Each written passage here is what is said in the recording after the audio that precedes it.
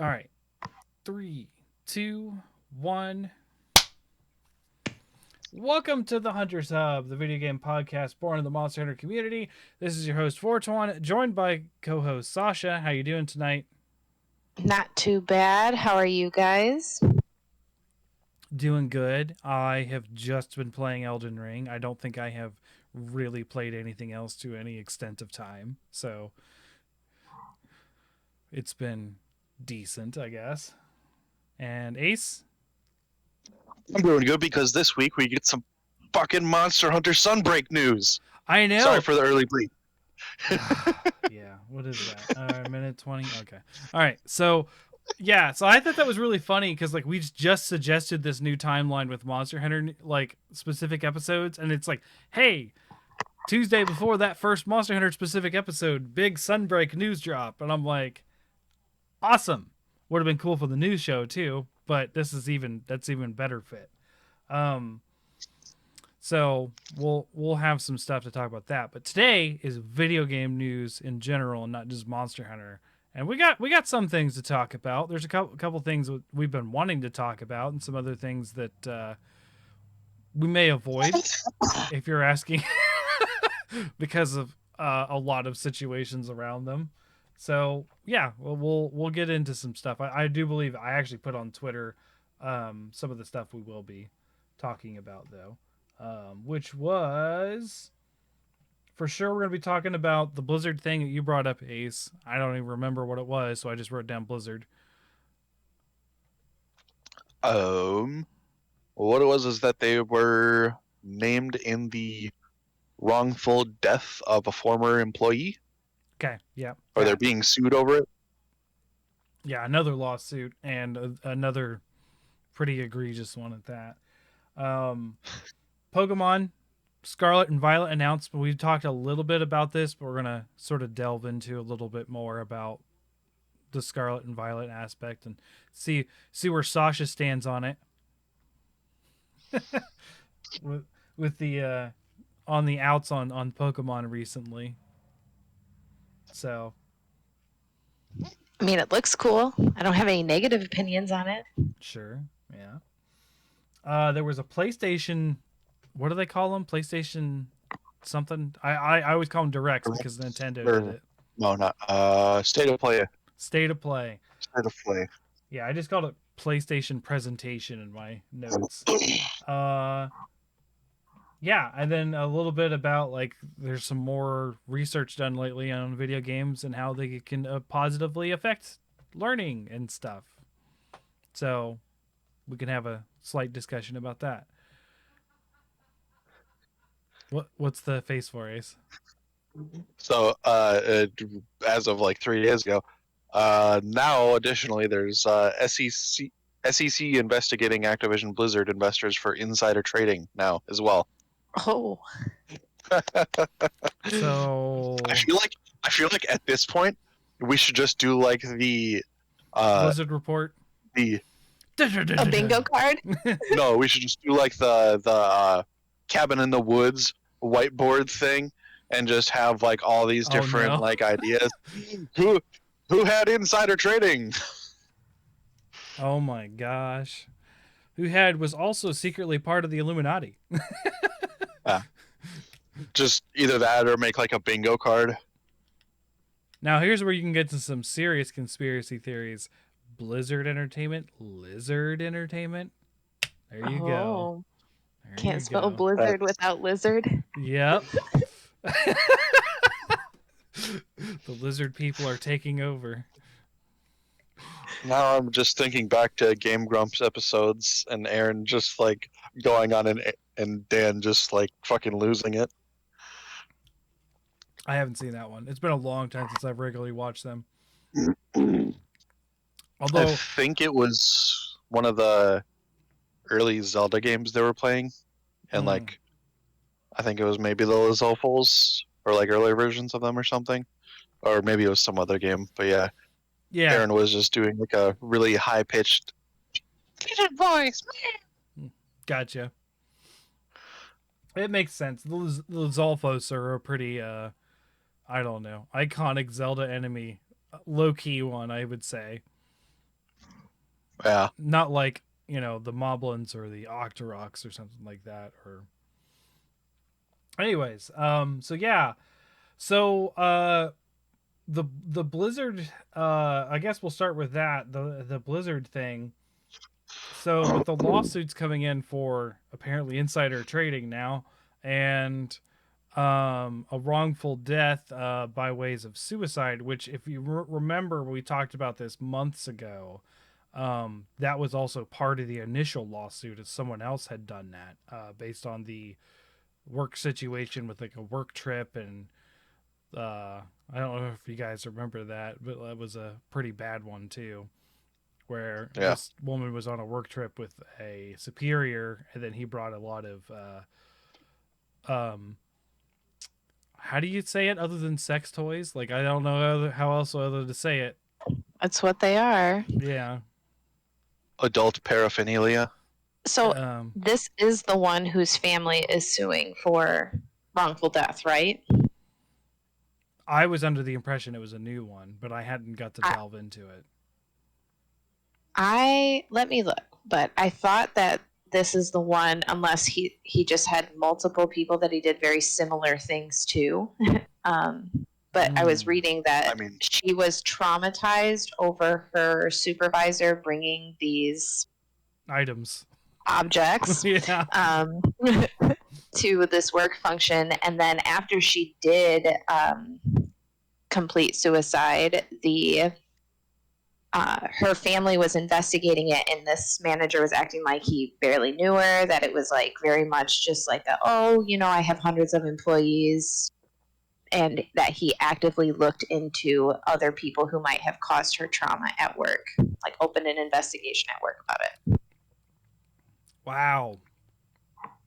yeah. I It mean, is super sleazy. predators and people in high positions like that often try to cover their tracks and deflect blame off onto others when they can. So that kind of doesn't surprise me. That Now, to be fair, I don't think that it's harder in a normal company for that stuff to. No, it's not, because this happens in companies all over. The problem is for Blizzard is that it keeps happening, and they haven't been able to stop it yet, I assume. We've seen improvements since the whole initial lawsuit, which is, yeah, and this sounds like the same story, so it might be the same girl or woman. Sorry, but like this is not a good look for them to have this continuously happen, where they keep getting in the news for this negative stuff, and there's not a lot good going for them since, like, it's been like a year now that we've known about this. It feels like. I feel like it hasn't been a year, but it just has weighed on us the more stuff they keep piling on. True. I mean, yeah, maybe it's only been like 6 months, but like, oh my gosh, it's been a long time, for sure.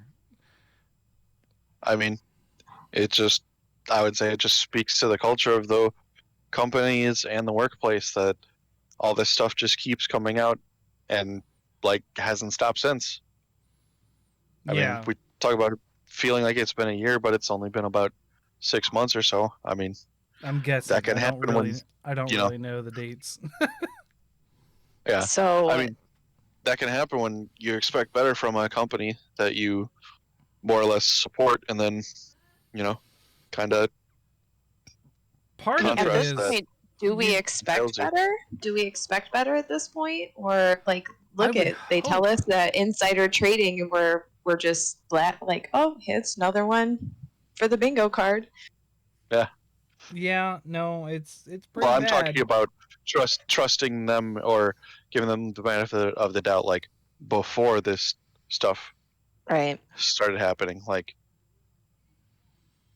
I like to have the rose tinted glasses when it comes to video games and video game companies, just because it's a hobby of mine that I really enjoy.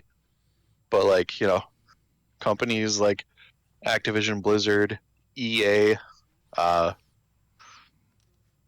not really CD Projekt Red because I haven't really played much of their stuff before, but like stuff like that can change your view on how you interact They're with these companies and their properties and stuff like that. and regardless of the social situation that they've put themselves into, they're also in a weird time because we don't know what the acquisition of Microsoft's going to do to a company like that at that size.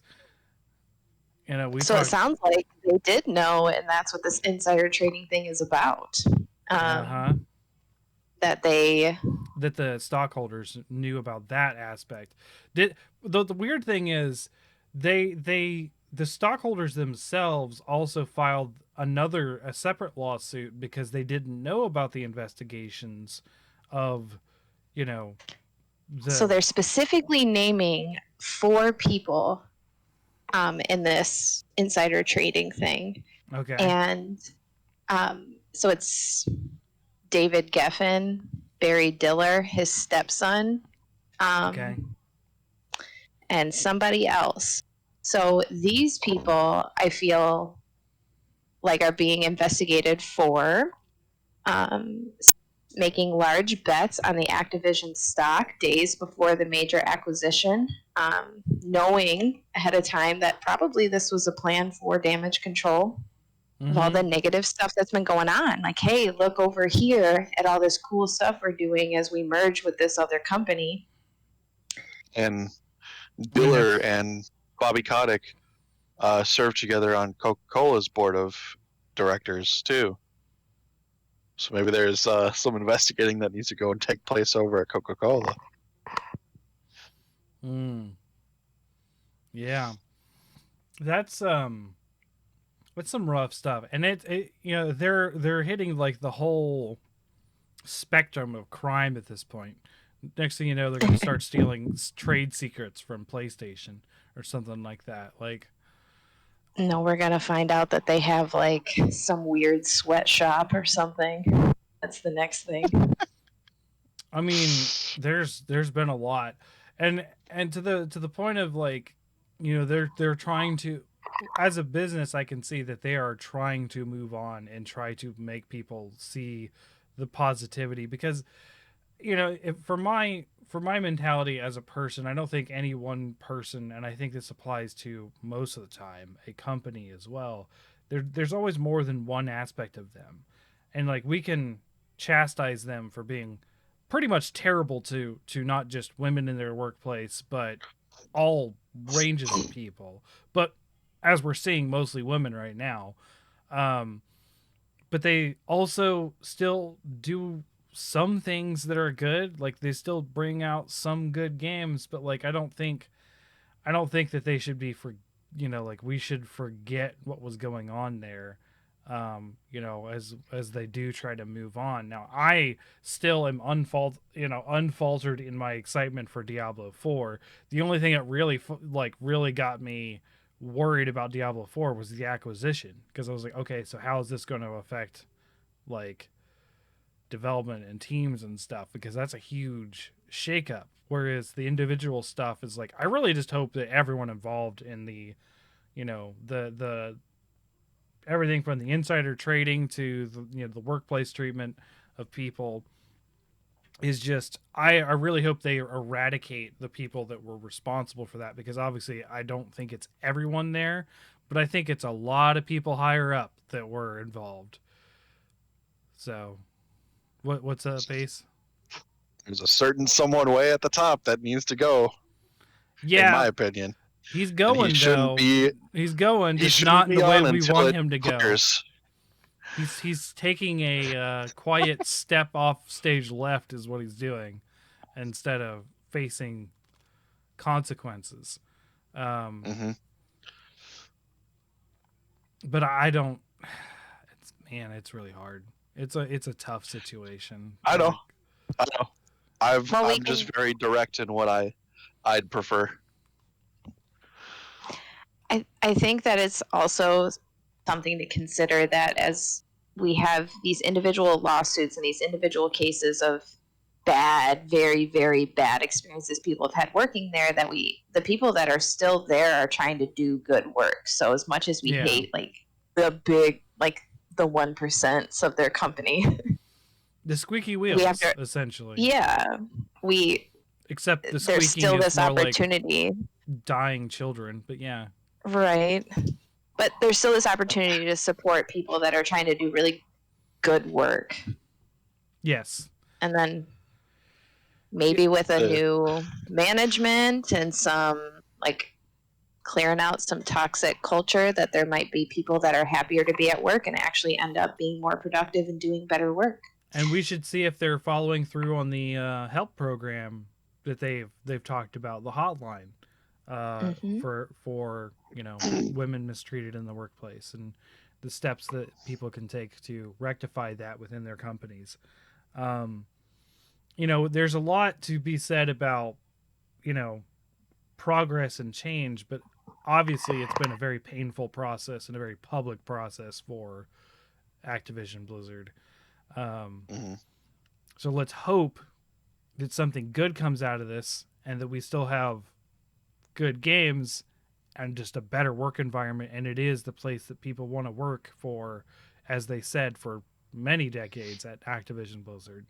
It was supposed to be, I think it's why some of these companies get such a bad rap, as they were supposed to be the chosen one. Like the Star Wars meme, you were the chosen one, Blizzard. People liked working for you. That was their life aspirations, and you messed it up. You dropped the ball. You dropped all the balls. The whole bag of marbles is everywhere. Like, so I guess we can hope that things get better going forward. It's just, the insider trading thing is just another thing on the pile of things were out of control there. Just absolutely out of control.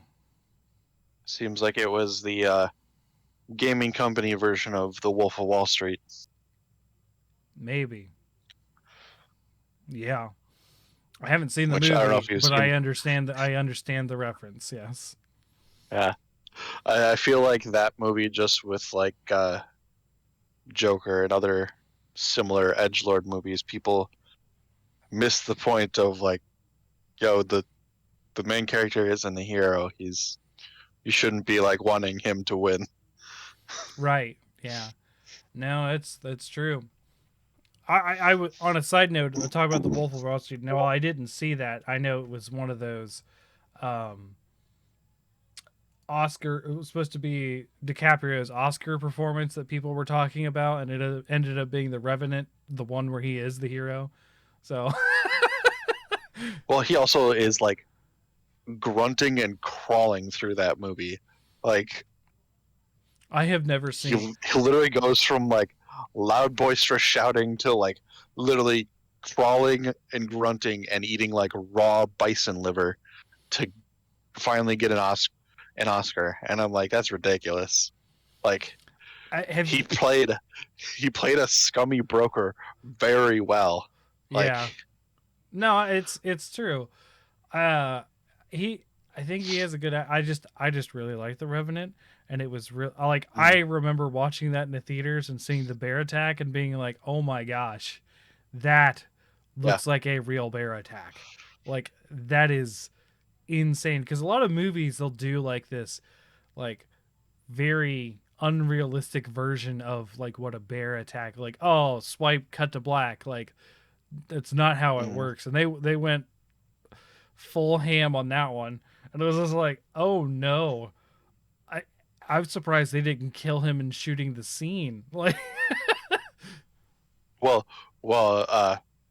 back in the day, when I was a youngin, I was into Walker Texas Ranger, and I mean, there's an episode of that where like Walker and I think Alex or whoever they get trapped in a cabin because there's like a vicious bear out there, and they end up expending like however many handgun rounds and however many rifle rounds trying to get it. It was, I remember at the time just thinking it was ridiculous, and like even at the end of it, they're like, how many rounds did it take to put down the bear?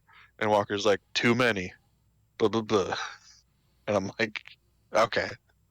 All right. Bears are no joke, man. They are tough. They are I don't know if it's a real thing, but they can take a rifle shot straight to the heart and still come after you. Like, And in Red Dead. yeah. Well, they've if you think about it, they've got a lot of muscle in that area too. So it's not just like No, a you thin can area. actually pierce the heart, and supposedly they will still keep coming at you. It's actually why it's appeared in a lot of game mechanics with bears, is they keep fighting after they're quote unquote dead. It's actually a thing in D&D. Like they're like, hey, they keep fighting for X amount of time, and it's just like, I don't know if it's a real thing or it's just become a myth, but they're tough. They're a very tough creature. But that's not what we were talking about. Go ahead. I won't be one to find out. No. But we have black bears here, but they're small. They're not that. Mm. And they're also skittish. So you just have to yell at them. Go away, bear! So, any more to say about Blizzard? Any more thoughts on everything? Maybe not this week. Maybe not yeah. I mean, it seems like the saga is just going to continue. They're just going to be there. Like I said, let's have someone buy out a whiteboard, go to Office Max, and then we can start up the board and just cross it off every episode. All right. Well, I got Sweatshop for April. Okay. All right. Let me think about mine. I'll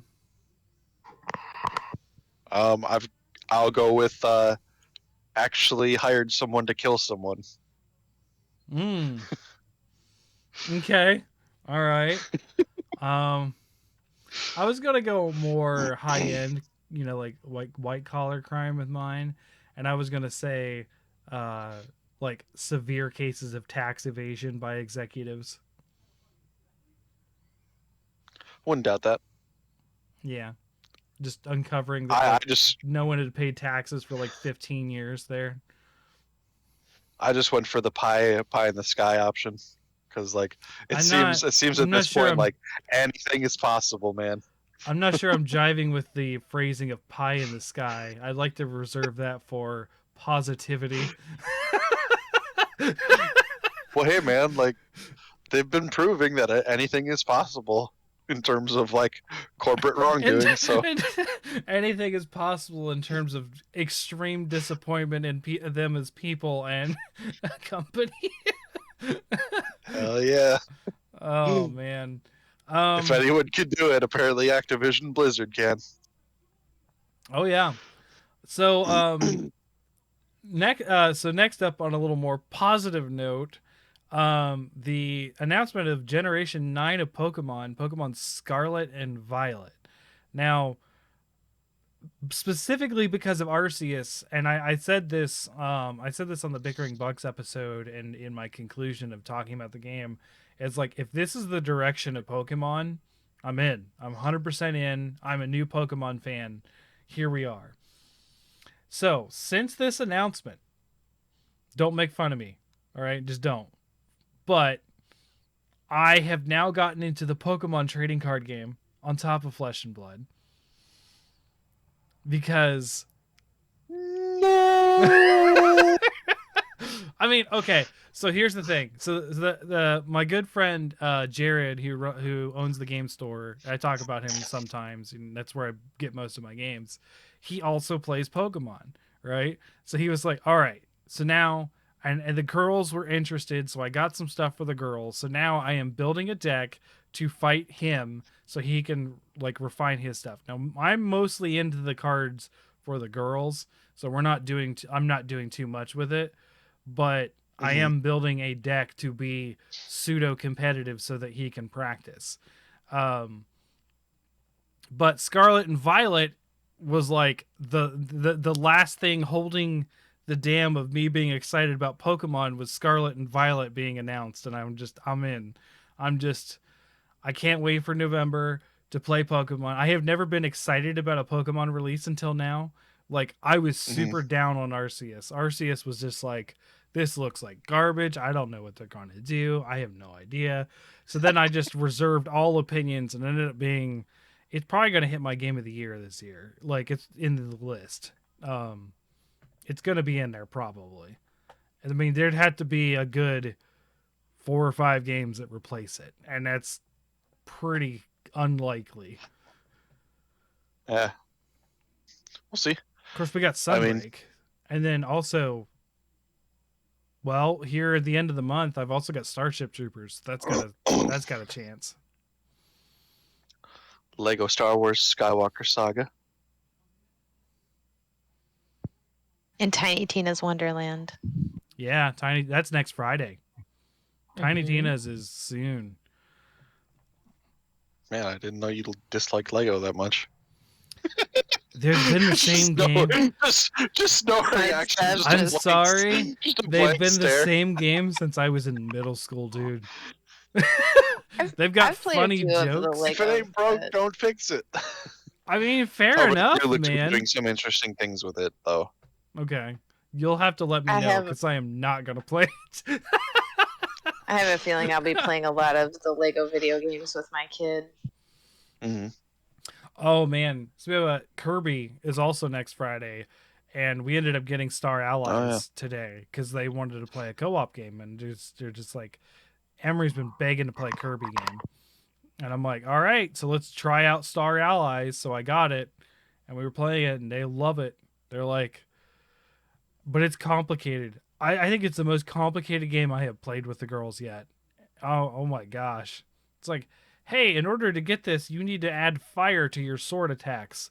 I'm like, so not only do I have to get them to have sword, I have to get one of them to have fire, and then we have to coordinate an attack together to get this Good luck. puzzle done. We did it. Good luck. We did it.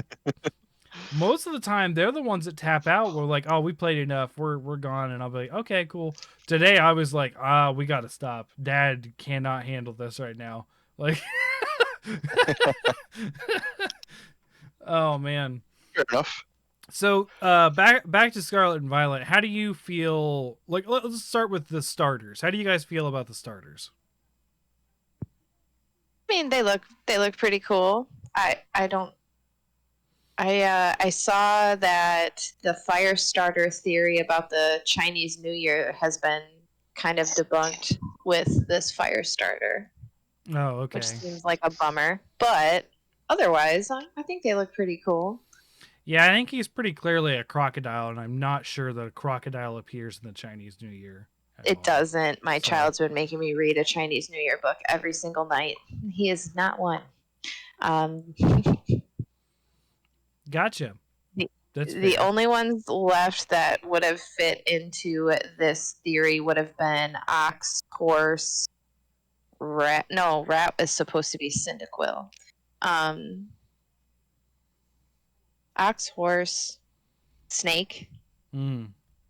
and something else. Well, we've Can't had a remember. snake starter. There was a grass starter that was Not a a- snake. But it's all these fire Pokemon specifically is this Oh, okay. theory. Okay. Maybe they're just It's narrowing their focus too much. Maybe it is happening. It's just happening across all the It might be the starters. final evolution if it goes. Okay, so it says rat with Cyndaquil, tiger Litten, rabbit Scorbunny, dragon Charmander, monkey Chimchar, rooster Torchic, dog Fennekin, pig Tepic. So the only 4 left are ox, snake, horse, and goat. So how does the Hmm. crocodile get to one of those 4? He's a oxidile?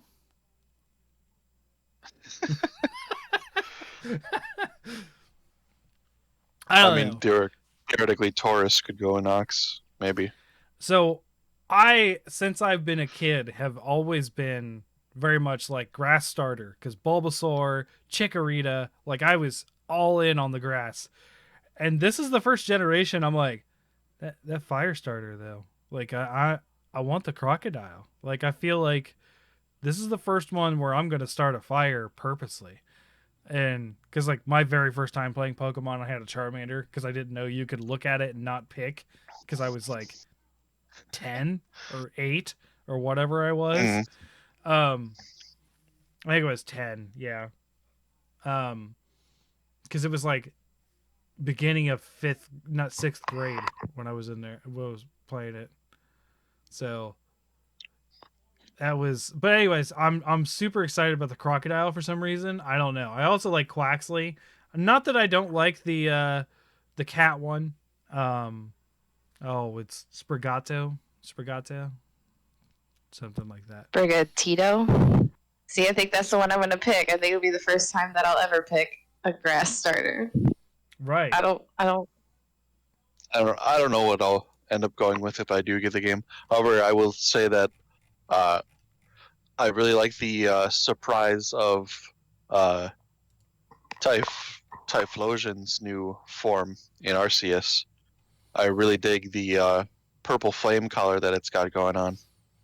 Yeah, and it looks sleepy. That was I thought that was Mhm. weird. It's like super sleepy looking. Um, No, trying to man, fi- he ain't sleepy.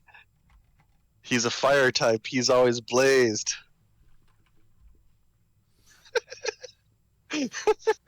Oh man. Yep. I am trying to You're welcome. find. What would you do without my fine comedy? Well, people have made that joke before. I'm just gonna say that. Yeah. That has been made. Um, I am trying to find the name so I can because I'm actually fairly versed in Spanish, but I can't because it looks like they're, but I can't find its actual name. I need to see it to be able to say it right for the cat. Eh. Anyways, so which one would you think you were doing, Ace? Do, any of them? No idea. do might do the cat if I get the game, just because we have cats at our house. I don't know. I went with Litten in Sun and Moon. Okay. So I also picked Litten because I felt like there were going to be a lot of water Pokemon. hmm Hmm. I didn't want to pick the water starter if I was going to have my pick of. I mean, I was still hard in the grass on that one because like Rowlet, I really like Rowlet. Like as far as like starters, he's really up there for me. And it got it right. in Decidueye. Okay, so it's Sprigatito,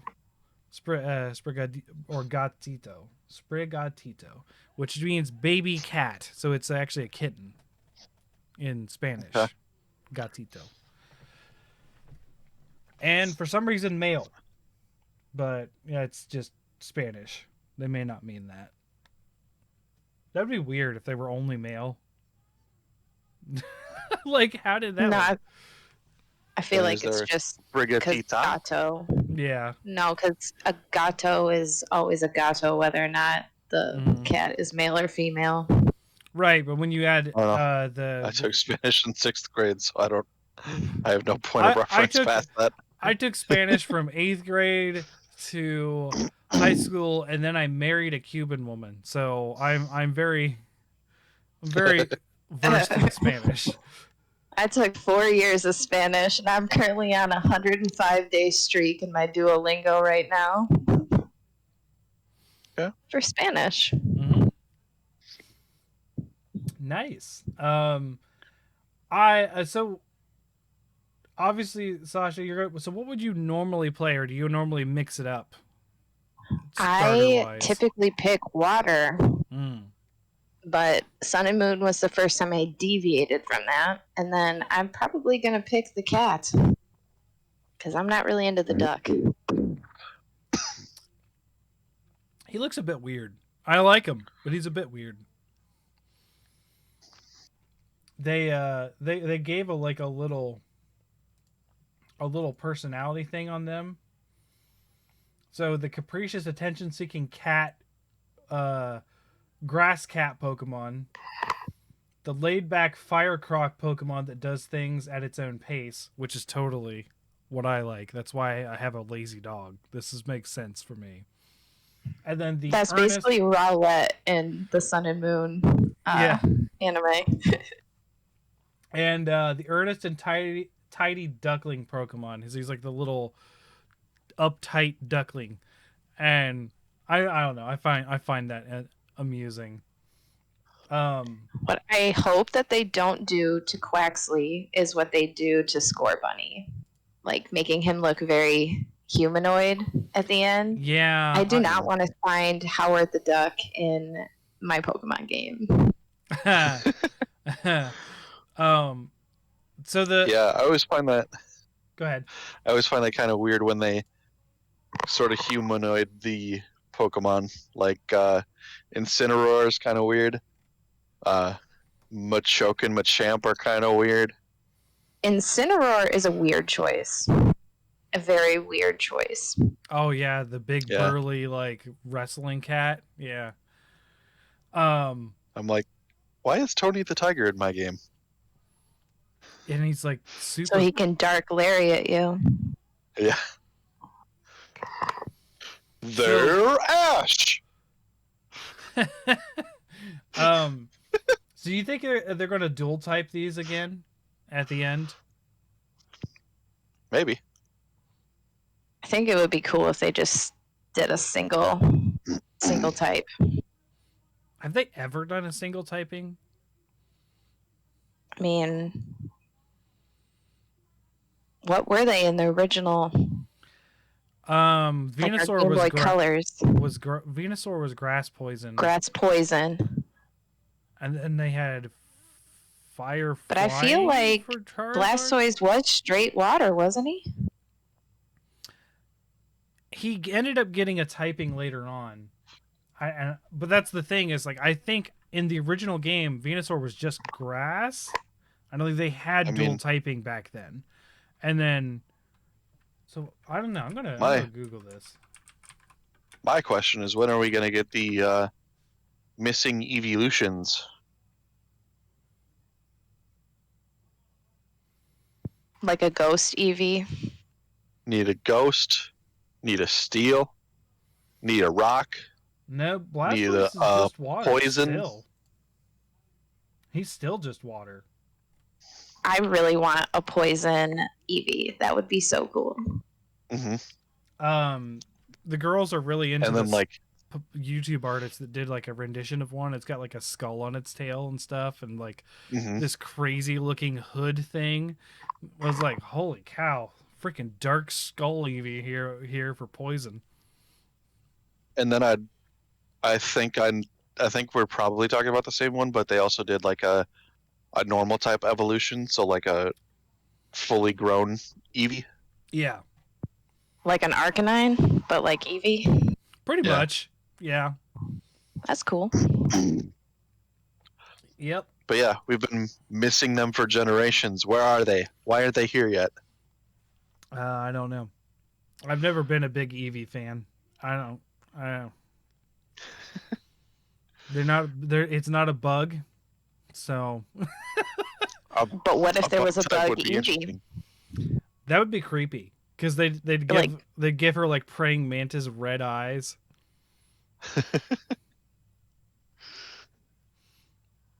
Might be cool. Yeah.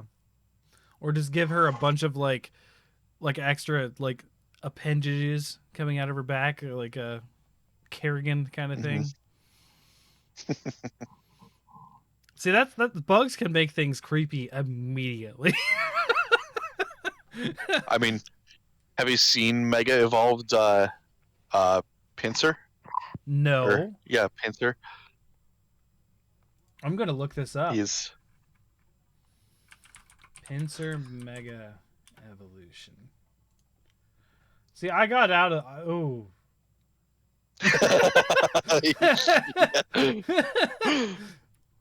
And then I don't know if they have like a comparison, but like look up like size comparison to a person and tell me that's not the stuff of nightmares. I mean, Pinsir's always been a bit nightmarish because of his mouth. Like his mouth has always been really weird. But now it can fly. Now it can fly. Stag beetle. Well, the picture... this thing is like Jeepers Creepers. It does. It Now it looks can like that fly, thing and from he's got- Jeepers Creepers. Yeah. Now it can fly, and it's got like the cocaine eyes. You're doomed. I like the Heracross. There's the one that's got the Heracross Mega beside it, and Heracross Mega just looks like a freaking mech. Heracross looks like pool floaties. That's true. Too. I like how Salamance's Mega Evolution looks like a frisbee almost. Yeah. Yeah. Yep. That's yeah, that's a lot of wing there. So like what would be your guys' guesses for the if they do dual type it?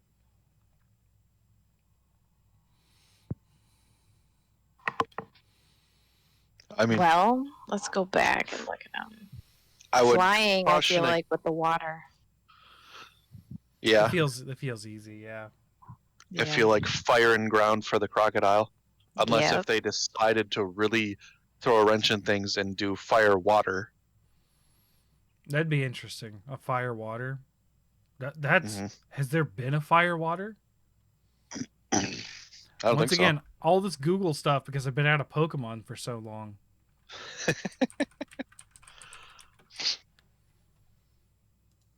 I feel like No, I the feel- grass is going to be fairy or something. so. Yeah, either grass and fairy or grass and normal. I'm wondering if the descriptions of them is supposed to be a clue. There is a fire water. Volcanion, number 721.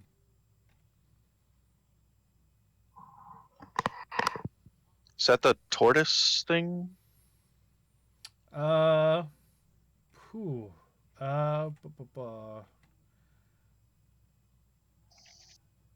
Generation 6? It's a mythical Pokemon. Yeah. Oh, I think I remember now. Yeah. It's only got double weakness too. It's immune to water. I like that. All right. So, anyways, back to it. So, fire ground, water flying. I think water flying's a bit easy. I could see them going another direction with him, but I don't know what it would be. And I've seen some people for the cat going grass fairy. I've seen that. So if they go grass fairy, what if they go water psychic? Because there's something, I feel like there's a reason that they're describing the duck as tidy. Mm-hmm. That could be it. A lot of the times, and I'm not super aware of this. This is like, again, I've been out of the game forever, so I never really got nitty gritty on this stuff of trending and that kind of stuff. But I have seen things say that whatever dual typing they have, just like how there's that sort of triangle of weakness between, water, fire, and grass, that the dual typings always have a triangle as well. So, like, when they do... Yeah, so it's like dark, ghost, and fairy. Right. But psychic is in there too. Mm-hmm.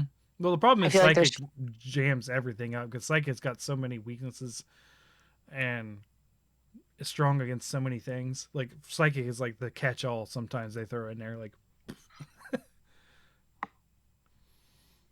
so I don't know. I've seen a rumor that it was like water steel for him, and I was like, that's a bit weird. But now it's Empoleon, right? Yeah, that They already is. did that. They already did that for Empoleon. Also a bird. As much as a penguin is a bird, but They're going. His name is Quaxley, Mhm. which sounds like a very posh name to start with, and they're saying that he's tidy. So maybe they're going to do some weird evolution where it is going to end up being humanoid, and he's going to have like some metal cane with him that he walks with and uses as an attack. Farfetch'd. Like a Farfetch'd. Yeah. I like the new Farfetch that they made with the lance. The knight. Yeah. Mhm. Oh, that Yeah, was a he's cool cool. Farfetched. I don't know. I guess I'd like to see them move away because Fire Dark's been done a lot, like that. I could see a Fire Ground being interesting, and of course Fire Water being interesting, because that'd be weird. Because if they do Fire Water, then it's like what, Grass Electric, or Maybe. is it Water Electric? Because they have to. Because I think they still match in the same direction as far as weaknesses. Because I think they Mhm. end up, from what I have heard on this trend. Now, granted, take it with a grain of salt. I'm not like a super Pokemon expert. I'm not a professor of Pokemon. Mhm. But from what I have heard on the couple of videos I've seen, they normally with the dual typing actually keep it the same weakness direction as well. So if we had fire water, so that means it's going to have to be like grass, rock, or ground to make that work. Hmm. Which I don't see the cat being that. Like No, I don't know what else is weak to water. I will be right back. Okay. Well, ground is weak to water, but it would make he'd already be weak to water with it being a fire type. Yeah. Um, I feel like it would be neat though if they had their secondary types. Like, let's say they did first evolution, second evolution. There's no secondary type, but when they get to their final form, there is that secondary type, and that they actually counter the type that they were weak against in the beginning. So the reverse counter. Okay. Yes, So that would be we cool. could have a electric grass at that point with the cat, which would be cool. I could see that working for the cat. That would be. I would love that actually. No, wait, no, not electric grass, because that would just make it stronger. We have to go the other direction, so it had to be strong against fire. So fighting, Grass ground, grass, grass ground, rock. grass, rock. You're back to the grass rock, Yeah. which would work because then rock is weak to water, where water would then be able to have some kind of an edge against what it used to be weak to. Yeah. So grass, rock. So yeah, I don't know. This is we're getting into some serious like typing problems. I feel like Charlie in the board, that meme Yeah. of who's Pepe Silva. Um. Let me. I can't even. I just hope they don't do, because they've done a lot of fairy steel fighting and dark in the dual typings. I want to see some other things like maybe dragon. They don't do dragon all the time, right? So they could do fire dragon for the crocodile. That would be cool. So they go fire dragon. We get fairy again though, and fairies come up a lot. And isn't dragon only weak to dragon? And fairy. Okay, and fairy. Mm-hmm. Yeah. Yeah. Okay, what if we had water ice? Okay, water ice. All right. All right. Okay. So then. Because ice would be weak to the fire, Mm-hmm. where water was putting it out, and grass is weak to ice, right? Yeah. Let me look up this chart so I can really pin this down. All right. So ice is okay. So attack. Ice is going to be good against ground and flying, and dragon. Okay. Huh. We are. What's up, Ace? You got. Oh, his headset isn't on yet. Came in the side like a freaking. He just feels a lot better now. All of his. Came in like a goon. Yeah, we were trying to figure out this triangle. So we're like, what about rock? What about ice? So water ice was actually a good suggestion. Yeah, and ice is super effective against grass. It would work. But I think it's specifically the subtypings are super effective against each other. So so the water would have to be so we're doing it Sasha's way. The water ice. So ice would have to be super effective against whatever the grass one is doing. So the grass would either have to be grass again, which I don't think is going to happen. Ground, flying. I mean, I could see a cat being flying. That could happen. Or dragon. And or it's a cat. It's grass dragon for the cat. There you go. Dragon cat.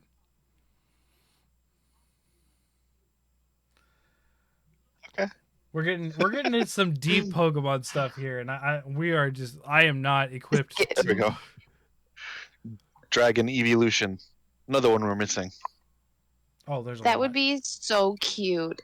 Like it would look like one of Daenerys's little dragons in season 2. Picture sort of like a Vaporeon, but with like a longer Oh my neck and gosh. wings.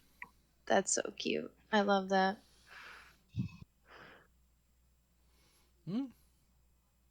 I always have you guys seen the joke that Dragonite and then Dragonair and then you get to it's Dratini and then Dragonite and then you get to Dragonair. So it's like, oh, it's so cute. Oh, it's so beautiful. And then you get to Dragonair and it's like, what went wrong? Like it had so much potential and then all right, so I don't know how I'm going to figure this out without using steel or something like that. Like I just they'd be Yeah. I don't think they're going to use bug. Psychic's a strong one that I could see them using. I'd like to see if they use electric in some way, which electric would again point towards a water flying. So we'll see. We'll see those dual typings. And maybe they buck the trend. Maybe there isn't any reason to it. They just assign some secondaries that are like, why'd you do that? We'll see. So aside from the starters and stuff that we talked about quite a while now, anything else you guys are I mean, I'm excited for the Arceus style again. Like I want to see that continue. A lot of people are really excited to have gyms come back. I'm not sure why. Like, I guess people really like gyms. They really just want to have that kind of experience of beating up someone else's Pokemon. They like the tangible reward of the badge. Sure. I mean, yeah. But you got a sticker in Arceus that was the same thing. You got, like, ranks and stuff, and it gave you, like, hey, when your Pokemon rank this, the Pokemon will of certain level will listen to you. Now, they did something strange in Arceus that they didn't in other games. It's like any Pokemon above a certain level will stop listening to you. Not just the traded ones. It's any of them. So if you overlevel anything, it won't listen to you. Or you catch something way too high level. Like, because you can do that in Arceus. You can catch something that's like way out of your league on a lucky shot, and it will not listen to you. Which makes sense. I mean, like, they also had Adult Lady that was like, we may just have to let you die. Yeah, that's a thing. That too. that stuck out to me right away when I started the game. I was like, oh, okay. I guess I'll just die then if I fuck up. Yeah, death to the player. Yeah, it's a bit weird. Um, I don't know. I'm excited. I was really happy to see it got announced. I feel this is super early for another generation in comparison to some other things. Like it doesn't feel that long ago we got Sword and Shield. Like it really doesn't. Well, hold on. Sword. I was living here, so it's within 2 years. Because it was like, I believe, 2019 that we got it. Yeah, wasn't it right Yeah. before the pandemic? November 15th, 2019. Yeah. That's probably why, is because the last, what, 2-3 years have sort of all blended into each other, and our perception of time has been extremely warped because a lot of us have spent time at home. To be fair, I've always been labeled as an essential worker, so I've never been cooped up at home during the thing. So, I know, but still, for a lot of other people, like, perception of time has been completely altered. I mean, that happens here. I mean, my brother talks about how everything's squished together and he doesn't have the same perception of time. Personally, that hasn't happened to me, but I've had other things going on with kids and that kind of stuff the whole time, and it just I'm very cognizant of the days of the week and the day, months of the year because of school and that kind of stuff. So Yeah. I don't know. So yeah, Scarlet and Violet. Personally, I'm not a big fan of the Scarlet Violet sort of naming. I don't know why. It's like, it's kind of red and blue again, kind of not. Violet's more purple, but I don't know. That's about the only thing I'm just like, Everything else I'm super excited. I wonder if we're gonna have crafting again, crafting Pokeballs. I don't think so. I don't know. That was kind of annoying to the point where I've got like 100 of those and 100 of Ultra Balls and like 100 Great Balls at all times, and I just keep crafting more to clear up space in my inventory. Mm-hmm. Yeah, weird Collect Pokemon so much had to stuff. worry about inventory management now and crafting and materials gathering in Pokemon. It's like, what? And I have to buy inventory slots from a guy that keeps upping the price every time. Do you know the max range of that? We talked about that on the episode. No. It's 1,000,000. 1,000,000. Whatever. Yeah, I won't be doing that. The dollars is. It's like, no. Okay. Like the last one I paid for was 200,000, and I was like, that was steep. That was extremely steep. Yeah, I think I'm around like maybe somewhere between like 15,000 and 20,000 maybe. Mm-hmm. And I'm like, I'll just keep dumping stuff out of my inventory and then selling a bunch of stuff. Mm-hmm. Yeah, that's the one thing I don't want to keep. It's like the inventory management thing they added to it. It's like I kind of just want to go catch things. Of course, this is the first time I filled up my Pokemon box because I've caught so many Pokemon in that game. Yeah. I mean, it sort of encourages you to, because that's how you get extra money and experience. Like regular Pokemon, you don't worry about that because you catch like 1 or 2 of something in case he has this branching evolution or something, and that's it. That's all you ever do. And then for this one, it's like, hey, catch 25 Pidgeys, and you're like, but why? Not Pidgeys, Starlies, but you're like, catch 25 to get this request. It's like, I don't really need 25 of this little dinky bird. I just don't. Yeah, and it's not like Pokemon Go where you can throw them into the meat grinder for some sort of beneficial for reward. Rare candies. Throw their experience into the grinder for experience for the good Pokemon. Ooh, that's a social thing I don't want to get into for Pokemon. I don't know, that'd be more like sucking out their life force at that point. Pokemon Necromancer crossover. There you go. There you go. That can be what the Ghost evolution has necromancy Eevee- powers. Eevee Necromancer revives all of its dead friends. And then there comes a dead Raticate, and people are like, too soon. Oh man. So the next thing we have on the docket is the PlayStation presentation, and I know Sasha didn't watch this because why would she? That's fine. I didn't watch this. I'm gonna take my break now while you guys discuss that. Oh, I completely missed it. So Well, the only thing I saw was the new Capcom game. That's what I want to talk about, is that game specifically. Because everything else I was just sort of like, well, from what I understand, because I didn't watch the whole thing, but yeah, recaps and stuff that I did watch, a lot of people were just like, yeah, there wasn't a lot new there. So you kind of get like, overall, do you think that's necessary to do that? Just sort of every once in a while have these presentations to remind people? Because it's inevitable every time we get a Nintendo Direct, we're getting reminded of whatever games haven't come out yet. Usually, that aren't. Let's preface this to say, games that aren't extremely high profile and they announced extremely too early, aka Metroid Prime 4, because we haven't heard anything about that in years now. Yeah, I mean, I've got some friends who will probably play the Gundam Evolution game. Yeah, it was like a first-person shooter Gundam game. I didn't see if it was first-person shooter. It says it's free to play though. So, or yeah, first-person shooter. Never mind, right in front of me. Yeah, you got Ninja Turtles, the Cowabunga collection. That I did see. That I'm actually interested in.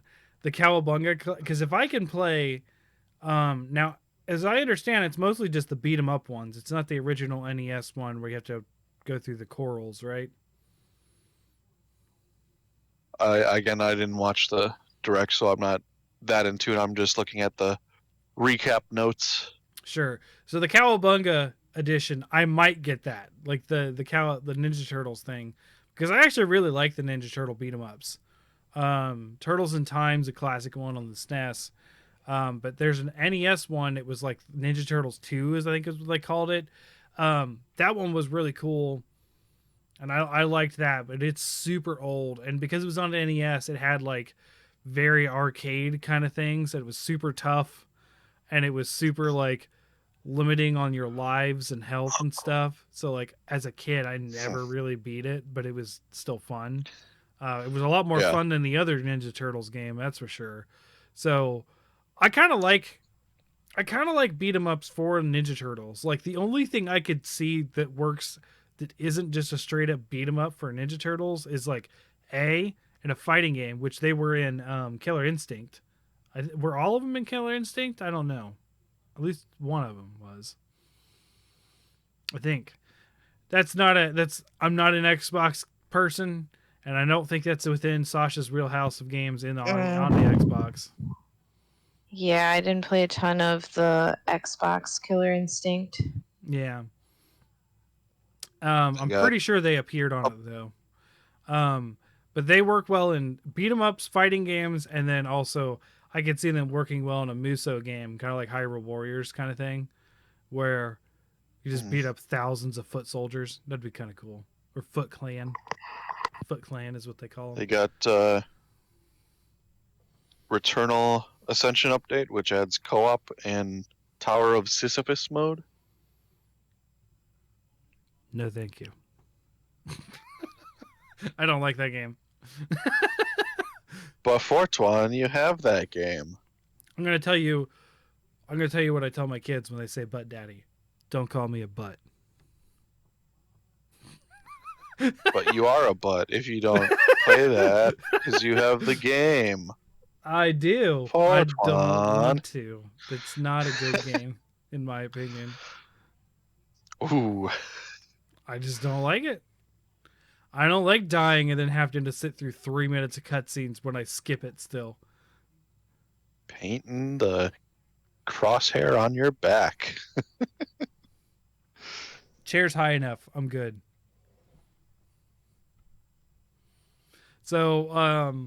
So Ninja Turtles, that was one of the other ones I was excited about. But Exo Primal is the one I was really excited about. So it's dinosaurs, but it's like here, like what do you call it? Co-op shooter, team play, and the style, and like raptors are like Daisy zombies. They're just pouring out of the sky. Like, did you see the trailer for this, Ace? I think I caught it, but I don't remember much to it. So Unfortunately, like there's this like time rift and there's just a downpour of raptors. They just raining raptors. And it's not even like rain where there's spaces between the raptors. It is a river of raptors pouring out of the sky. I don't know how they're not dead, right? Like it's a fall that would kill something like that. But also it's just like super like rush zombie mode and everything's a raptor. And I was like, what is going on here? If you watch the videos, it is insane. Now, it's another one of those like pick your hero special ability shooter kind of thing. It looks like a horde mode game, honestly, which I'm not against a horde mode game. I like those. My favorite, I think, is still ODST's horde mode from Halo. But the game looks really fun. I'm really hyped for it.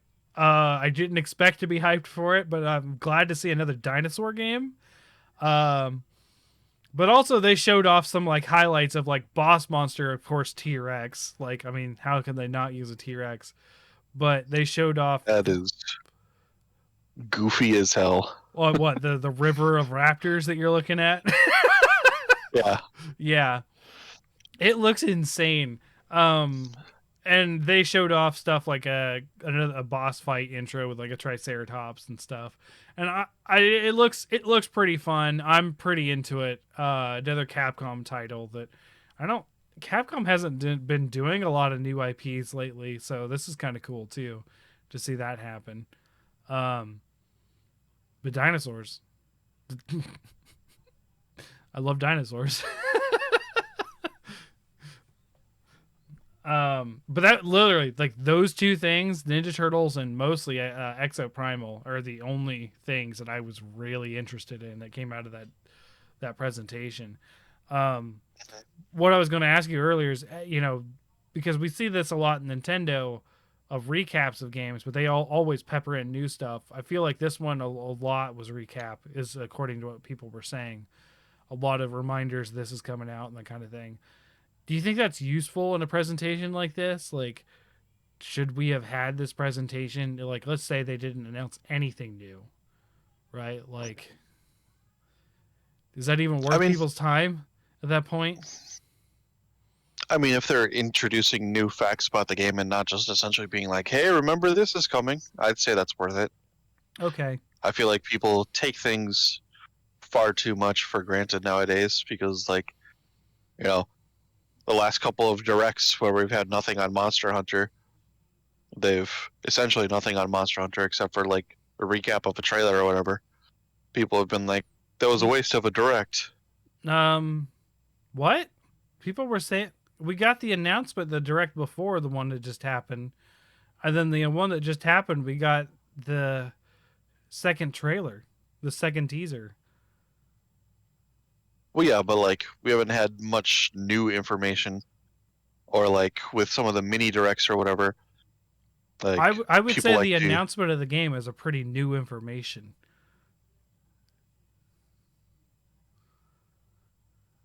Well, the last one didn't have anything on Monster Hunter. The last one that we had. The last direct. When did they do the Luna Garen? Am I wrong? Was it not just the previous one that we just had? I'm pretty sure it was the one before. So you're saying we've had 3 directs since October? I'm pretty sure. I think so. It doesn't make any sense to me. I could be wrong, but I mean, I've seen comments out there saying that it was a waste. And like, even with like other, I understand you don't. I understand you don't agree with that, but yeah, I'm looking it up. a lot of research today on this episode for me. Yeah, and like even with like other PlayStation State of Plays, I've seen people just putting out the opinion of, oh, that was a waste of time and blah blah blah, and I'm like, look, just because it didn't have something for you or for me doesn't mean that someone else didn't get something that they wanted out of it, or that they might be interested out of it. Like, if it's not for you, it's not for you. Get over it. Move on. Now, we didn't get any information at the Game Awards. No, we did. No, we did. That's what it is. Luna Garen came out at the Game Awards, and this previous one didn't. Okay, that's where I was confused. That makes sense. Oh yeah, like especially I feel like in terms of like the PlayStation side of it, I've seen a lot of whining and crying about there not being more information about God of War Ragnarok. So like people don't see new news about God of War Ragnarok. They're just like, oh, that was a waste of an event. Why even have one? People are very weird about that, and I think that's just in general with game announcements, and not just like high profile games. You can see a lot of times. So I see this, and I'm not going to name this person, but I have a friend who it's like, they didn't announce a fighting game, I'm out. Like 100%, they're only looking for fighting games. Oh, that was garbage. Nothing there interesting.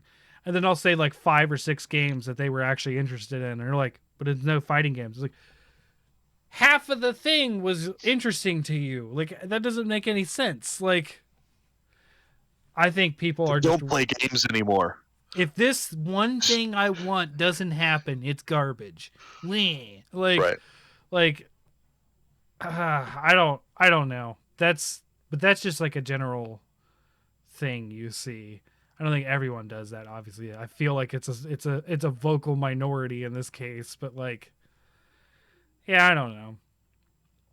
I felt weird as someone who isn't paying attention to PlayStation as closely, as even watching one of these things, even though I have a PS5 and I have been actively playing it. I'm not really looking forward to a lot what PlayStation has to offer. So when this thing comes up and there's nothing really like that except for Exoprimal, which, I mean, dinosaurs, I'm in. But like, you know, like Ragnarok, if there was news on Ragnarok, I would have watched it afterwards anyways. I wasn't sitting there waiting for Ragnarok. And I mean, it took me how long to finish God of War new again, reboot, whatever you want to call it. Just get into Horizon. I think you'll like the first and the second game. It is on my stack, and I have now purchased Forbidden West as well. I now have it. It is on the docket.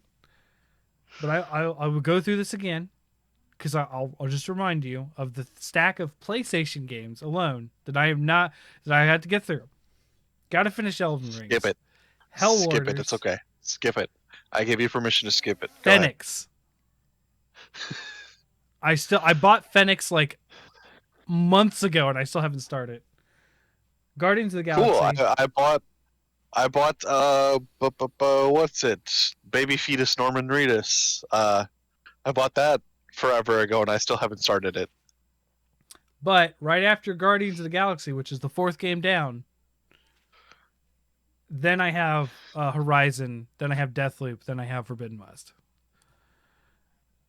Now, pepper this in the fact that I'm juggling between PlayStation, Switch, and computer. So, like, it's going to be a while. Nah, I give you permission. Just skip to it. Go ahead. No. I've got Starship Troopers coming out this month, man. Come on. And Kirby. And Tiny Tina's. And I'm going to play Tiny Tina's because that's our next Bickering Bucks episode after we finish. Well, I've finished Sifu. After we record Sifu. But Tiny Tina is on the docket as well. And that's going to happen for sure. And then Sasha's going to be playing Tiny Tina. It's true. It's gonna probably stop me from playing Mass Effect 3 for a little bit. I mean, personally, I don't really have a lot of love for the Mass Effect series, so I understand that, but I know that is a major swerve for you. So, Yep. You know, my small amount of free time is carefully selected. yep. Yeah, and I still got to finish Triangle Strategy. And I want to finish that after Elden Ring, which, by the way, really good, Ace. I think you would really like Triangle Strategy for the story specifically. Maybe. I know nothing about it. Final Fantasy Tactics. Did you ever play it? No. Any strategy game. I mean, Where theoretically, yes. where you move units turn by turn basis and hit somebody and they hit you back on their turn. Moving around. Yeah. Okay. That's the gameplay mixed with what I feel is a really good story. And I've been playing it in bits and pieces because I've been focusing on Elden Ring, but that's my next thing is Triangle Strategy. And then somewhere I got to fit Kirby in there and Tiny Tina. And there's too many games. And then Sunbreak's going to kill all of the progress I have on anything because I'm only going to be playing Sunbreak for like a year, feels like. Especially with Crown Hunting if they keep it that like frustratingly hard. Until Stories 3 comes out. I don't. Dude, if it's as bad as far as the voice acting stuff goes as 2, I'm out. I like the gameplay, but I cannot. And then we get another silent protagonist that says Rathalos at the very end. Yes. Then I burn my copy on video. Oh, boo. Ritualistic cleansing. I mean, you can do that for like movies like Dragon Ball Evolution. But I never saw that one. I like the actor that plays Goku though. He's a good actor, but like terrible. I mean, yeah, movie. Justin Chatwin's a good actor, but like there's only so much you can do when you're given a bad script. An absolute stinker of a script. Yeah. Or a bad direction. The animation is completely lacking and the story is crap. But, you know, it happened. All right, so I think that's enough about the PlayStation stuff. So, because again, I think I was the only one super excited about anything, and it was Exoprimal. Okay, it's your tattoo, but what's I don't understand the reference. Dead Space.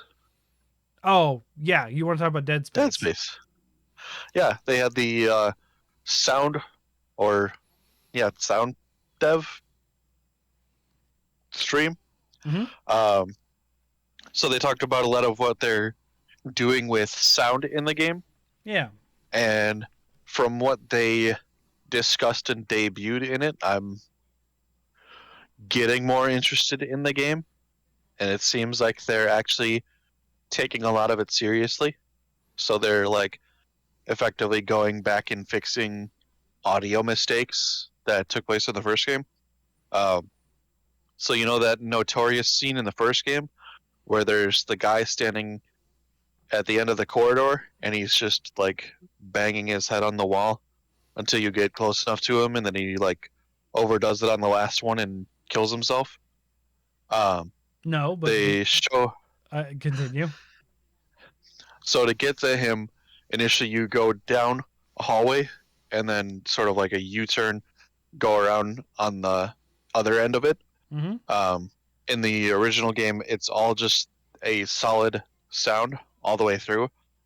They showed how in the remake, it's going to be going through essentially 3 different sound portals. So it's going to louder, increase in like its volume and intensity. Well, not necessarily intensity as the closer you get. They're fixing like breathing cycles and things like that. So one of the ways they should debut that is when Isaac is running out of air in the first game, and you got to either an air station or got into an airlocked room and the door closed, he would automatically just revert to a normal breathing cycle. Um, they showed how they're changing that up, and he's like actually catching his breath from like gasping for air and stuff like that. So it looks like they're actually putting more like realistic efforts into, Sound design. making it an actual, Yeah. making it actually immersive and stuff like that. Well, Yeah. far more than the first one. Sound goes a long way in a game, like a long way. I would say one of the big reasons why I was so wowed by Doom 2016 was the sound design. Is a big portion of it. Not only just when you think sound in a game, a lot of times we just talk about music, but actual just sound effects and that kind of stuff too is really what sound design really needs to get right for you to get immersed, not just whatever tunes playing in the background while you're smashing heads, like in Doom's case. But like it's something like Dead Space where it isn't so high octane. The sound design is even more critical because it's going to immerse you in that sort of creepy environment. So an echoing head banging on the wall is going to be like, what the hell is that for like new people, And then you get closer and you're like, what is that guy doing?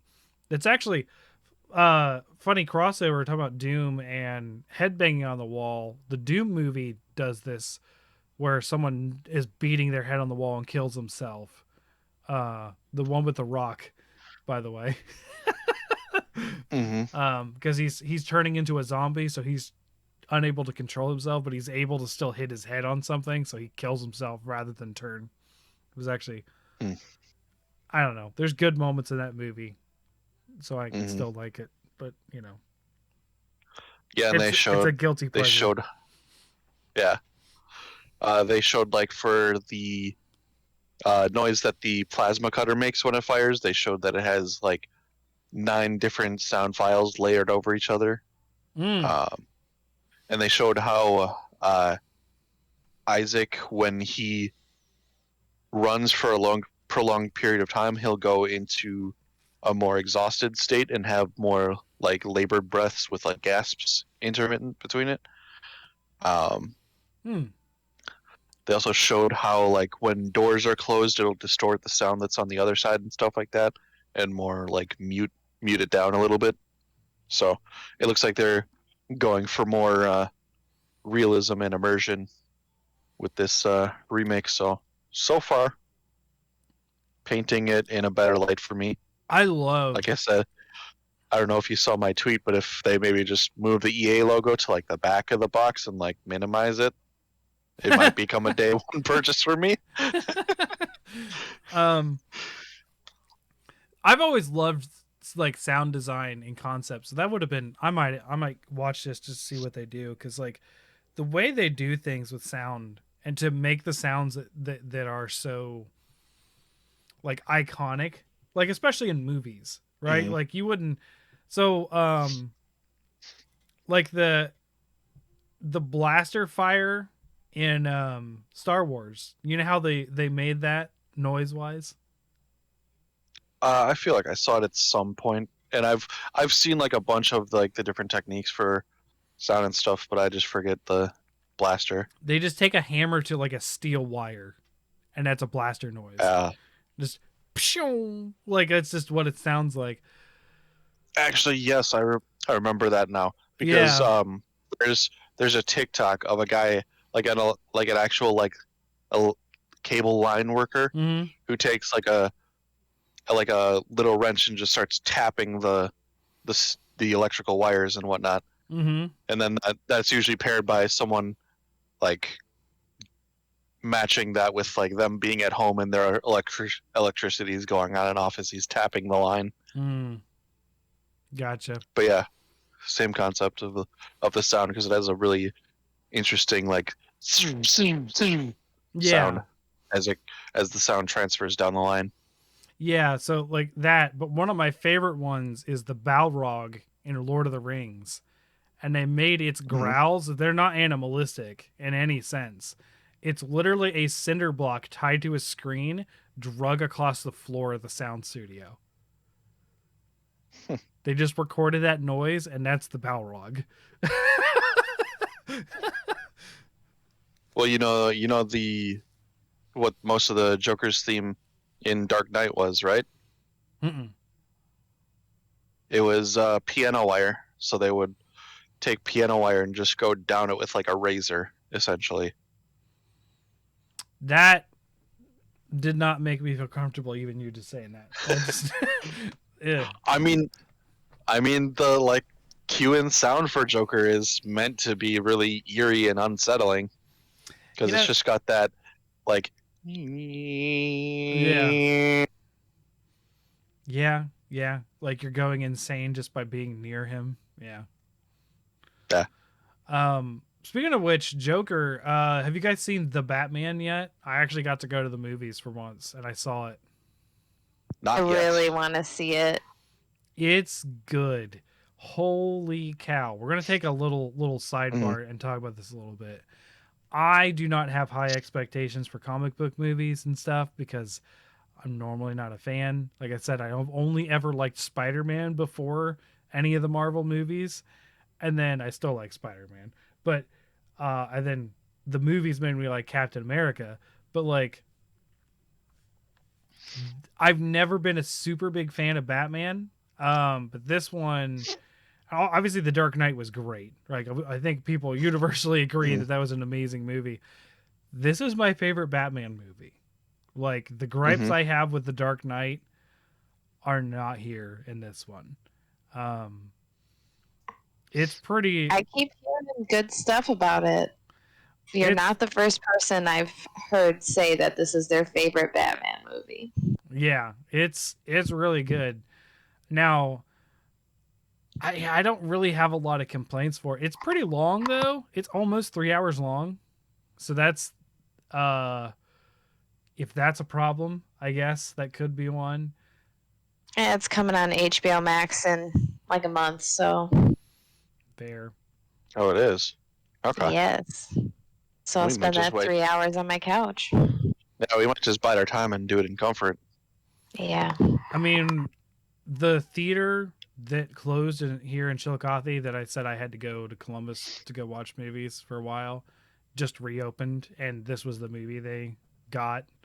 So I was like, okay, yeah, we're going to go see this. So we took Thursday night. My brother, my dad, and I went to go watch it, and we all pretty much liked it. It was pretty good.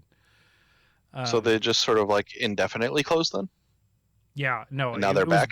It was bought by a new owner. And Oh, then okay. reopened. But the owner wasn't like it was a franchise. I'm sure you guys have heard of the Danbury Cinema because it's a pretty. No, okay, No. maybe. You got It- a it Mad is- Men here in Michigan. It is Marcus and AMC here in Wisconsin. We have AMC as well. The AMC is here. We also have Regal. It's pretty popular here, and then I've heard of Regal before, but never seen one. I yeah. don't think. But Danbury is the quintessential budget movie theater. Like, Mhm. I generally do not like them because, it's like you want to have a good movie experience and cut it by 50% quality and about 25% price. Now, I mean, they're known for keeping movies a lot longer than other theaters. So if you miss something in theaters, a Danbury's usually going to have it. But at least here, but like, so Danbury Cinema, the whole chain got bought by someone else. But we went into the theater and we were commenting like nothing has changed. They didn't even change the posters. Like the posters are the same when we were here. Like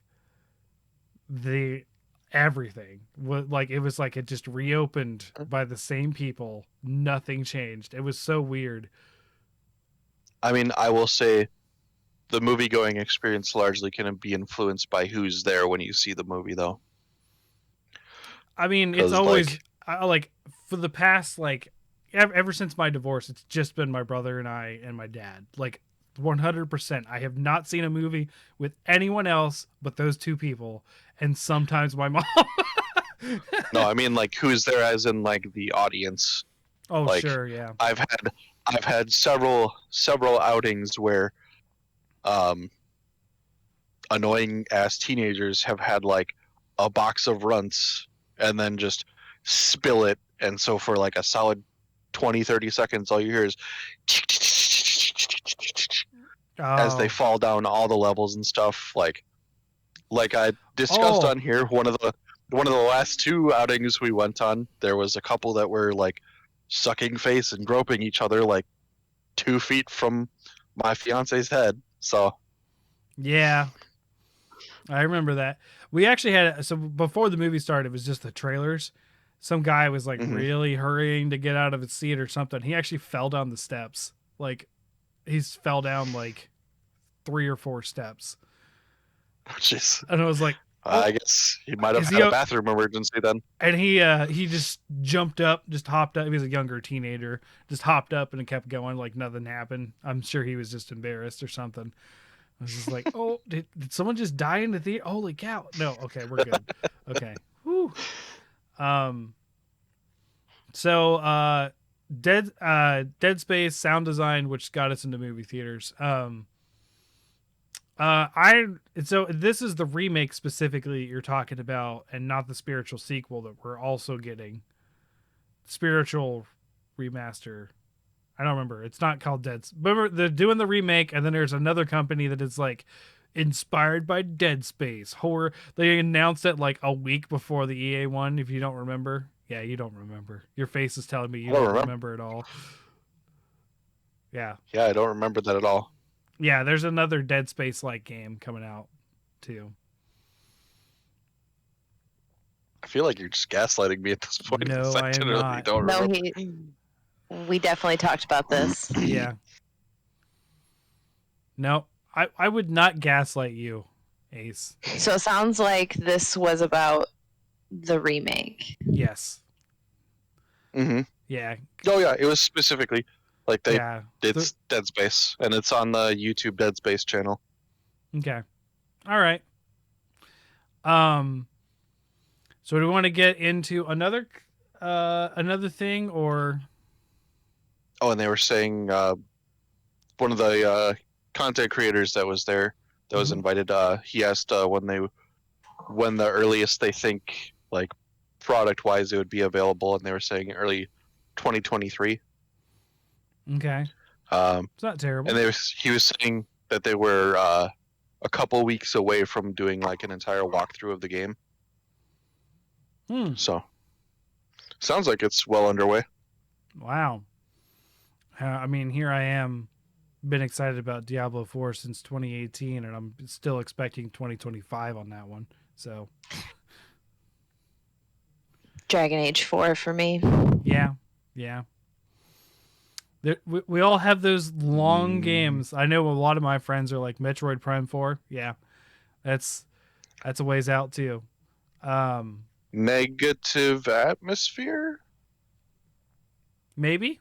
I don't know Is the that the game you're talking about? I don't know the name of it, honestly. I really don't. All I Okay, know is it is because a spiritual successor slash remake, whatever you want to call it. Heavily influenced by Dead It's Space. the Callisto Protocol. Yeah, that sounds more like it. oh yeah, that one. I think that one has been in like PC early development or early access for a while now. Maybe I don't I pay don't know. attention to early access. I just don't. I don't. I want to play a game. It's like we actually had a discussion on the Discord this week about how I just don't play demos anymore because I just don't. I'd rather just play the full game. Like by the time that I know that I want to play a game, I'm usually already just going to buy it. Like, I don't need to sort of see what's going on.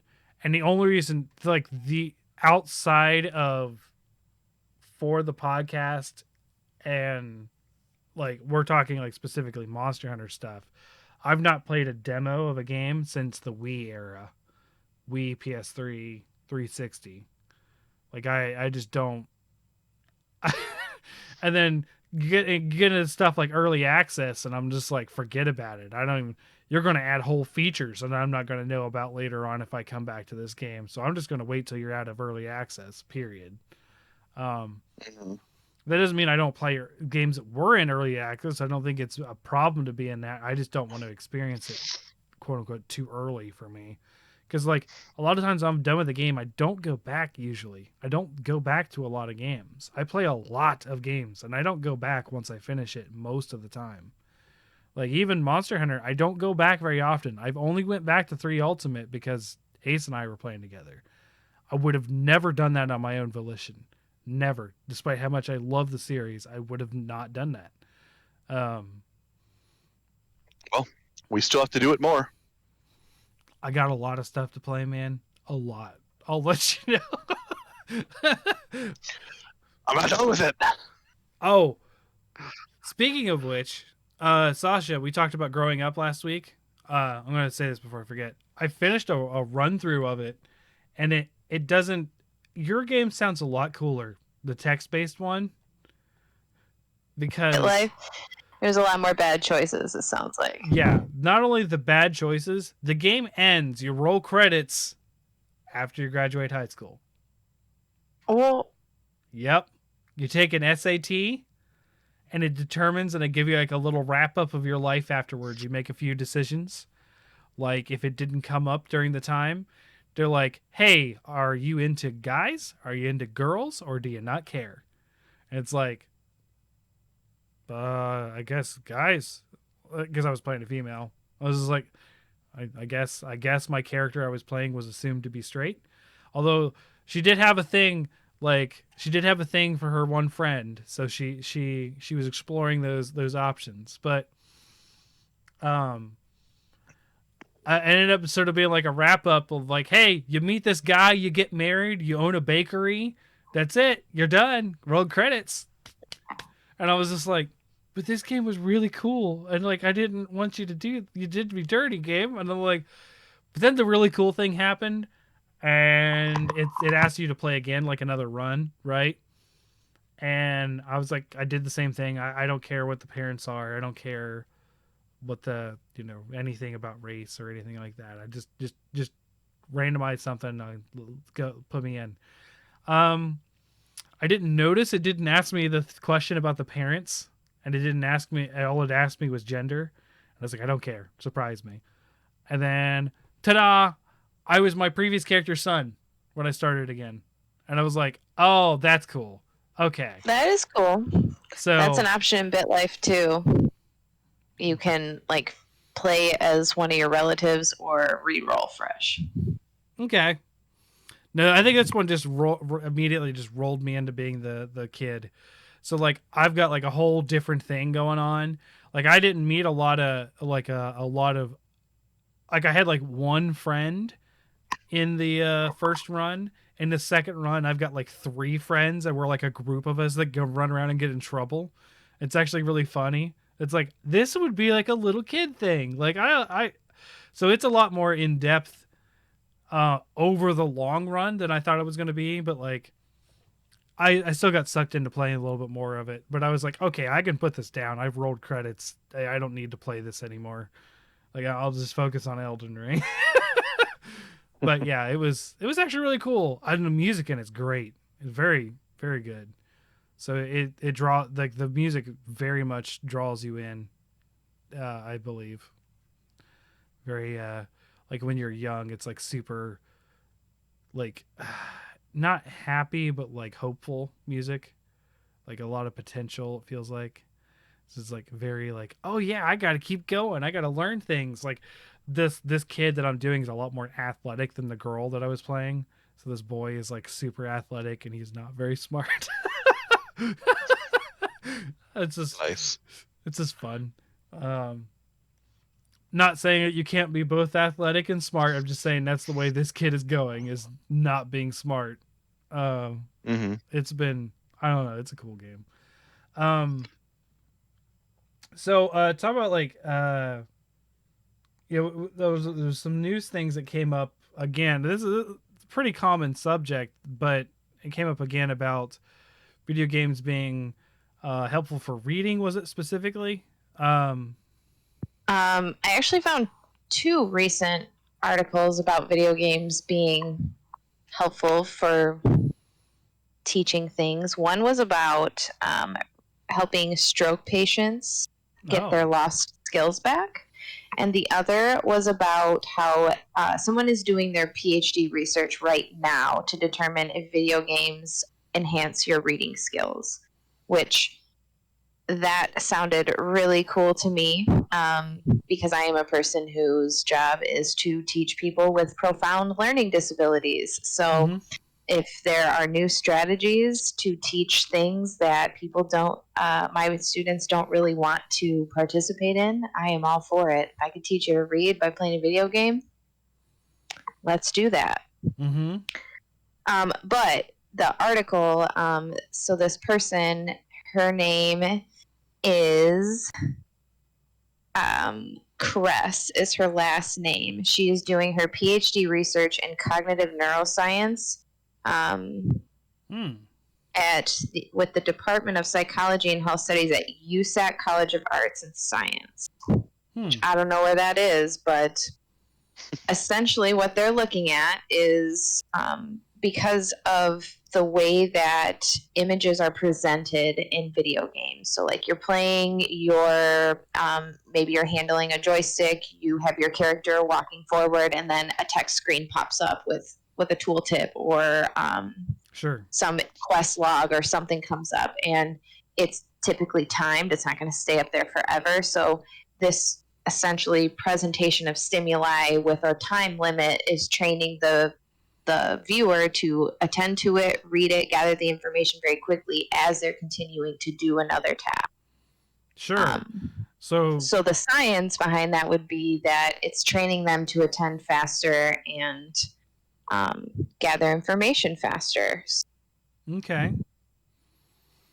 That's interesting because I've always felt one of my like vocabulary specifically, video games and Dungeons and Dragons both have always expanded my vocabulary. Like, and that's obviously that's part of reading and not a huge part, but it's part of it. The more familiar you are with words, the more easily you can read them, unless it's the word kernel or something like that, because then it just looks colonial to me. But like, I've always felt that that's been a thing for me personally, and my daughter, now my oldest, is learning to read, and so we've been doing like however many reading minutes a day is assigned by her teacher and that kind of thing. So we're doing books, obviously. Like I have some old Dr. Seuss books we've been doing, and not just like you think Dr. Seuss, you think like one fish, two fish, red fish, blue fish, like the super simple ones, or green eggs and ham. But like there's some seriously long ones too. Yeah, the Lorax is a hike. Yeah, not well, the Lorax. The one I have is like the Diggiest dog or something like that. But a dog who basically digs up the whole town when he learns how to dig. He kind of goes overboard with it. But it's like really in depth as far as like reading wise, and Dr. Seuss also makes you have to pronounce words that don't exist. So that's something they were talking about in this article as well, is that in this test that they're doing, they're presenting words that are common words, well-known words that are easy to read, and then fake words that require you to sound it out. Mm-hmm. And finding that people who regularly play video games are not like stumbling essentially on the fake words. They're able to look over, glance, gather it, and with the same efficiency as if it is a common word. Right. Yeah, because we did. I mean, now again, this is gonna delve back into Monster Hunter, but you can see this with Monster Hunter how you'll have like 6 different ways to pronounce the same monster name in the community. It's just like Rathian is a good one. Rathalos. Like people will just do that. They just decide on a pronunciation and they go with it. And it's only been until recent history that we've actually got official ways to say it that we've actually had that discussion on. People would just say it like I mean I've had that like when I first started the podcast. People would be like, you know, they'd be like Raytheon, and I'm like, what? What are you talking? Oh, you mean Rathian? Okay, Rathian. Okay, gotcha. Tigrex, Tigrex is a famous one. Especially when most they said the official pronunciation was Tigrex, and most people were like, nope, Tigrex. This is you're not gonna change that for me. But yeah, you could see that in a lot of games where people just sort of like digest the information and go because you don't have the time. That's a really cool concept because you don't really think about that a lot of time. When we're gaming, you don't really think about like the benefits a lot of the time of doing like something like that. Like the only one that I've heard that I've been, and it's hard to be conscious about it because it's specifically about it not being conscious is pain, like a using games as sort of like a replacement for like a marijuana for pain killing, dullness of pain. Guess if you're talking about like specifically activating the reward centers of your brain by playing video games as a replacement option. Yeah, I mean that makes sense. Yeah. Right, because it's basically keeping your focus and then also firing off the dopamine that, is going to help with pain killing and that kind of stuff.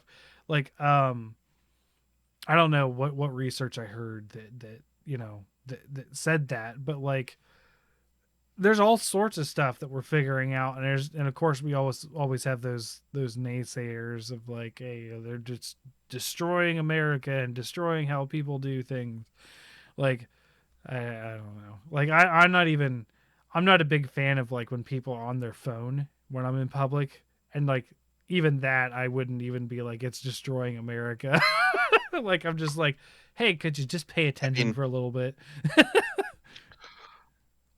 I mean, a lot of these same people, tend to say that games cause violence and stuff like that. It's like everything just causes violence nowadays. It doesn't matter. We're a violent people and a selfish people. Like, yeah, I feel like that it's just those situations that people want to assign some kind of a blame for a situation that it's too complicated to say, this happened because this person played video games all the time. Right. But really, like, what were the factors that led this person to avoid social interactions and play video games and obsess over a specific character, and like what led to that in the first place? I mean, there have been people who imitated characters in books. Are we going to ban books? We're going to go Fahrenheit? Well, it depends on what state you're in, I guess. Yeah. Yeah. We're going to go Fahrenheit on this one.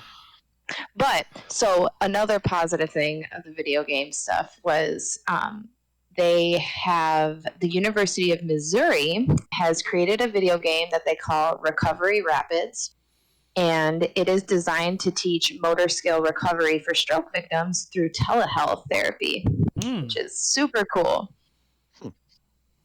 Okay. And Ace, like what you were talking about in the Discord chat before we recorded, is like this kind of goes hand in hand with playing video games, either developing or strengthening hand-eye coordination and motor planning and just a lot of other executive functioning skills that people that have had strokes tend to lose or find impaired. So I think that's really cool. Some positive things on research and video games. Yeah, it's nice to see that. I was going to say like the marijuana argument is a bit outdated and a bit proven to be complete and utter nonsense, because in some cases there is correlation to violence that other people have exhibited, but correlation does not equal causation. Like in plenty of these cases where there have been shooters who have also played violent video games, there's also other factors at play as to why they committed the acts that they did. I mean, home life, and a lot of cases, a lot of times. In a lot of cases, I would say it would come from their want for having attention. Yeah. Because a lot of them we're going to be famous, feel disrespected in their own life and see this horrible act as an opportunity to get that attention that they need. And while it may be negative attention, it's still attention, and they don't necessarily discern the difference between the two as a negative or a positive. It's just yes or no, on or off. Hmm. Yep. It's just hard like- when video games get the bad rap, when essentially you have people that commit horrible crimes that have radical interests in any number of things. There are just as probably more people that are committing crimes with a radical religious interest in mind Mhm. compared to people who are obsessed with Halo or Mortal Kombat, Mhm. Grand Theft Auto. Well, and like to the point then, to these people that still hang on to this idea that video games cause violence. Okay, then are you against drone technology in the military? Because that's an argument that's made a lot by people using drones in the military, is that it's just like a video game, and you don't have the same after effects, you don't have the PTSD and stuff like that, and it's like, Also, don't they use video games to train the American military? In some cases, yeah. hmm and it's like, I mean, if you're on the train that video games cause violence, then like theoretically you should be against this too. But I find it funny how some people aren't, and never would be. Yeah, I mean, it's context, it's experience. Like a lot of times people are against something they don't have experience with. That's the problem. Like, I mean, I talked about this a couple times when I was actually on the board of a church in inner city Dayton. You know, I mentioned the fact that, I bring it up to begin with. What had happened is like Harry Potter Deathly Hallows Part 2, the last one had just come out, right? Mm-hmm. And they were all talking about how it's teaching kids witchcraft. And then I've talked about this on the podcast where I pretended to Wingardium Leviosa the woman who was most vocal about it to her. And I'm not a Harry Potter fan, but I know that one. So I was like, so you mean like if I just take this, like I just took a stick and I was just like, Wingardium Leviosa, and she was like actually frightened.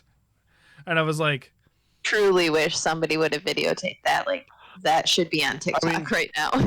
and I was like, I mean, look, it's not real. It's fantasy. I don't know, like, and the kids doing this understand most of the time, unless they have a existing condition where they have problems facing, reality versus fiction, that this is fiction. Most people understand that, and it's not real. It's not real magic. It doesn't exist. It is for entertainment. Yeah, in most cases, it's like people doing LARPing. It's just people having fun. Yeah. And beating each other with PVC pipes wrapped in pool noodles. I've done it, by the way. I used to LARP. Yeah.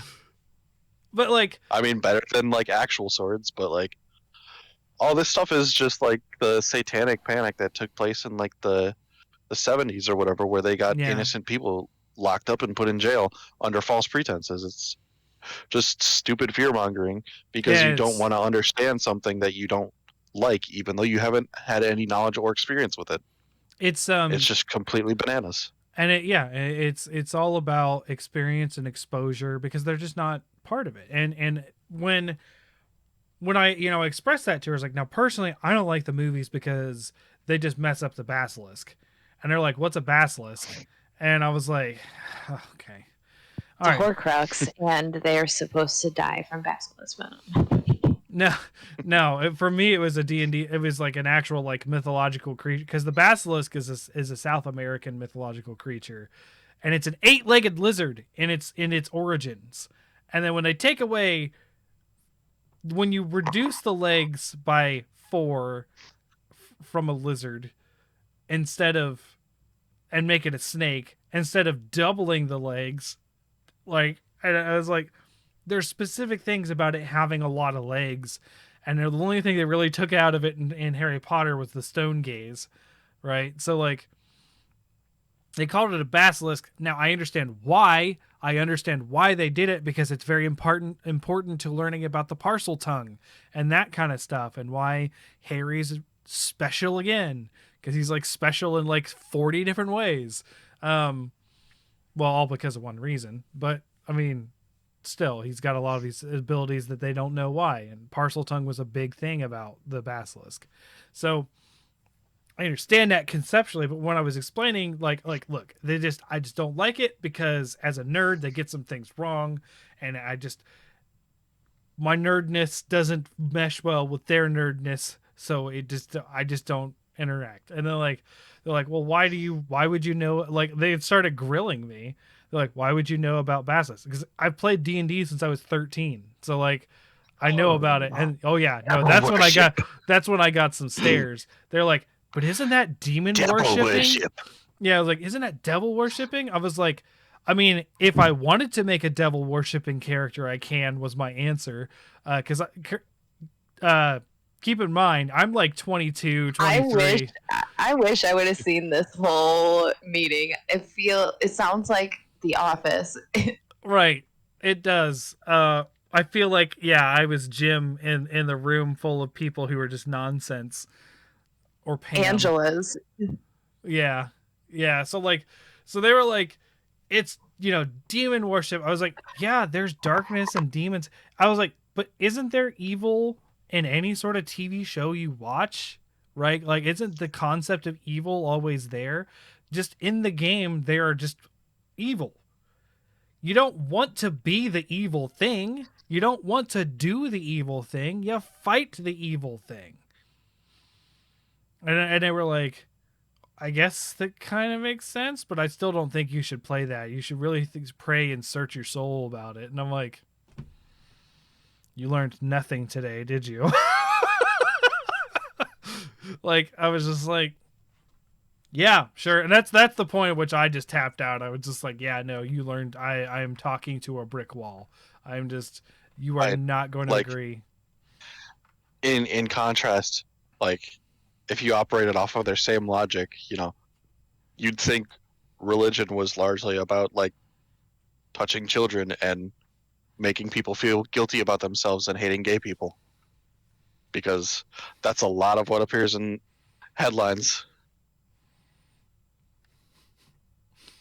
Yeah. I mean, taking all of that aside, if they want to just go for the source material, there's a lot of really like scary stuff that's not for children in a lot of religious material, not even specifically Christianity.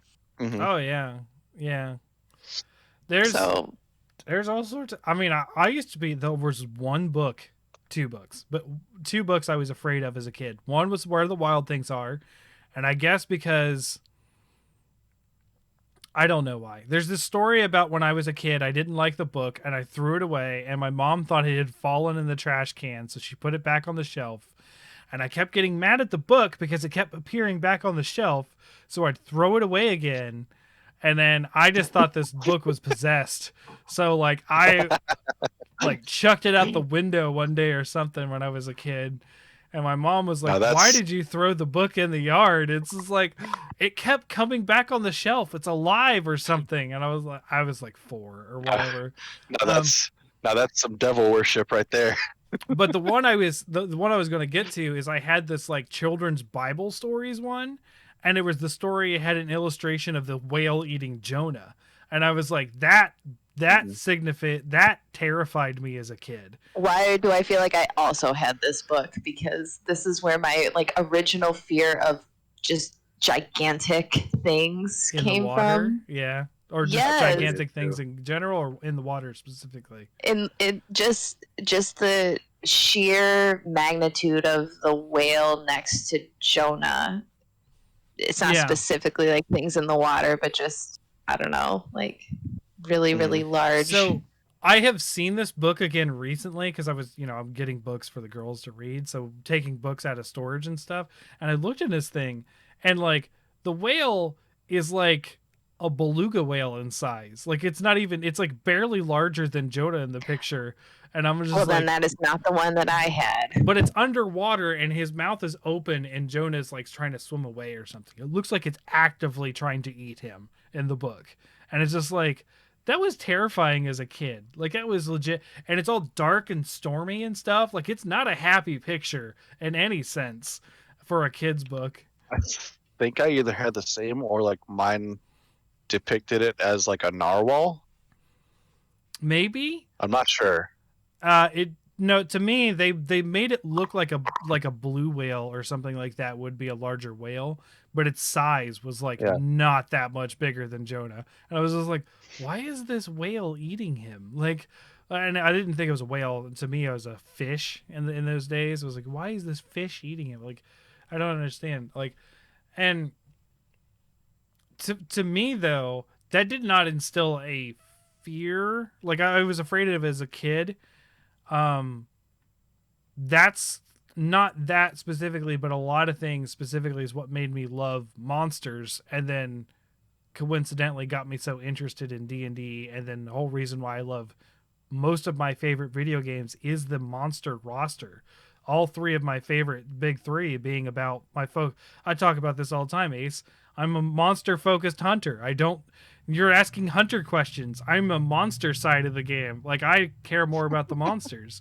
And so like as a kid, I would be afraid of monsters, but like as I grew up, I sort of become more interested. I guess that was a little different way to approach it, is learn more about my enemy, and then I became pretty interested in them.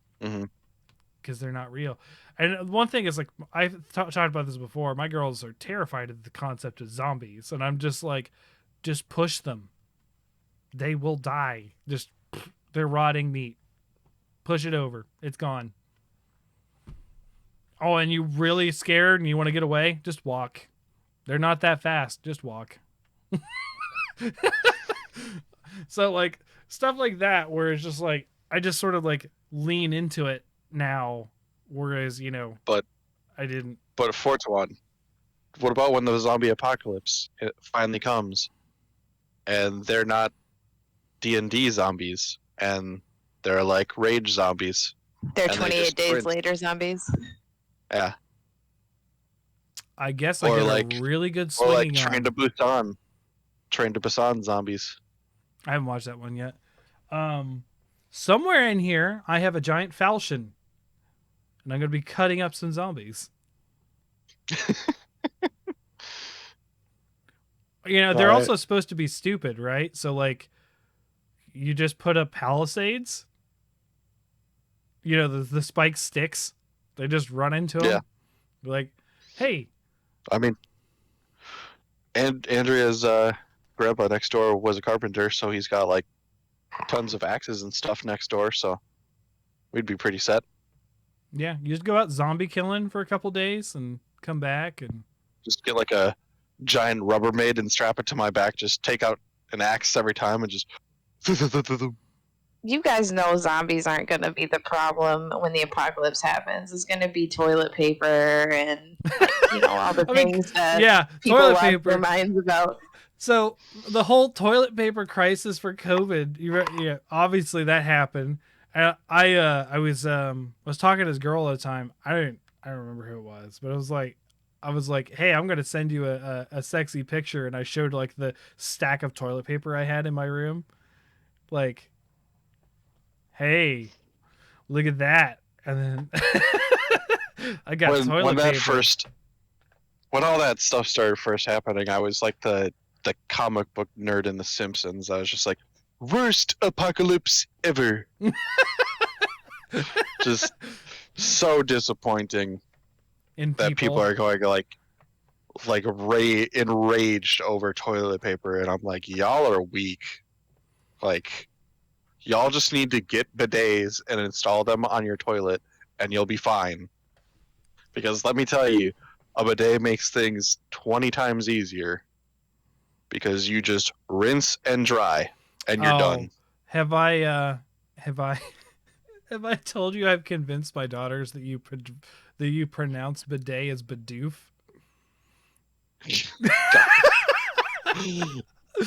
It's not a Pokemon Force one.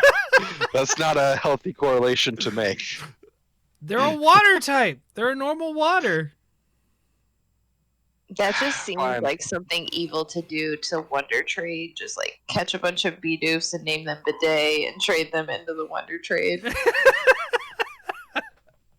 And then you It's better like get a bidet, Flintstones. and They then have a use. Every animal has a fine. purpose. You better get a bidet, and then hollow out the head, and put it on upside down so that the water comes out the Bidoof's mouth. Yeah, water gun.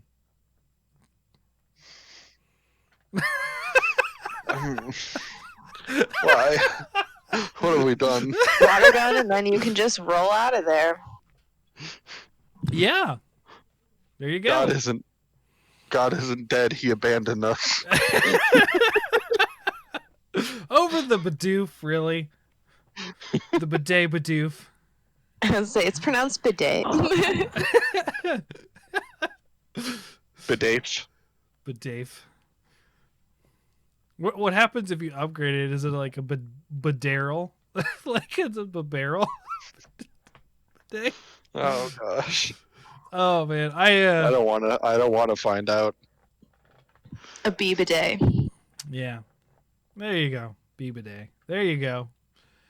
It was a whole long story. She really liked this boy, and I was just kind of making fun of her for it. And I was like, he's got a bidet, doesn't he? He's like, what's that? And I was like, well, it's actually said Bidoof or something like that. He's got a Bidoof. And I was just like, is he rich or something like that? And she's like, oh yeah, he's very rich. But like, I get like $50 on Christmas or something from my parents, and she's like, you're rich. And I'm like, yeah, I am.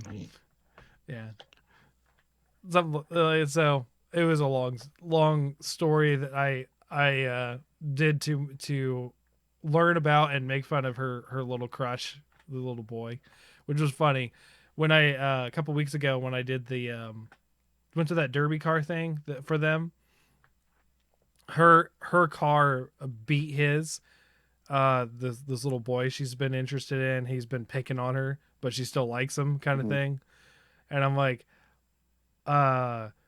he's kind of trash talking her at this thing for the derby car thing, little sprint car thing. And I was like, oh, I hope she wins. I hope she gets, I hope she gets to, like, she won't, because she's not mean, but like, just the fact that he lost to her, even though he's been picking on her and stuff. I'm like, that's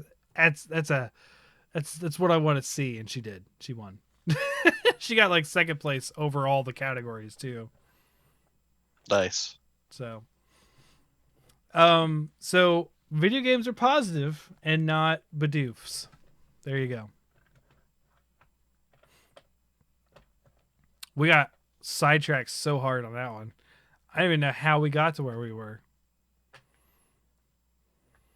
Let's not. Oh, but we it. got there. We And did. God abandoned us there. Let me just dock. Where we're going, we don't need logic. No. So I didn't have any news stories myself. Do you have anything else, Ace? I know, Sasha, you mostly had the learning thing, or the games for positivity. Not really. Okay. I mean, we all know about the Russia stuff that's going on too, so. Yep. Hard to be a video gamer in Russia right now, unless if you're willing to commit crimes, apparently. I'm as of like 5 hours ago. Yeah. That's rough.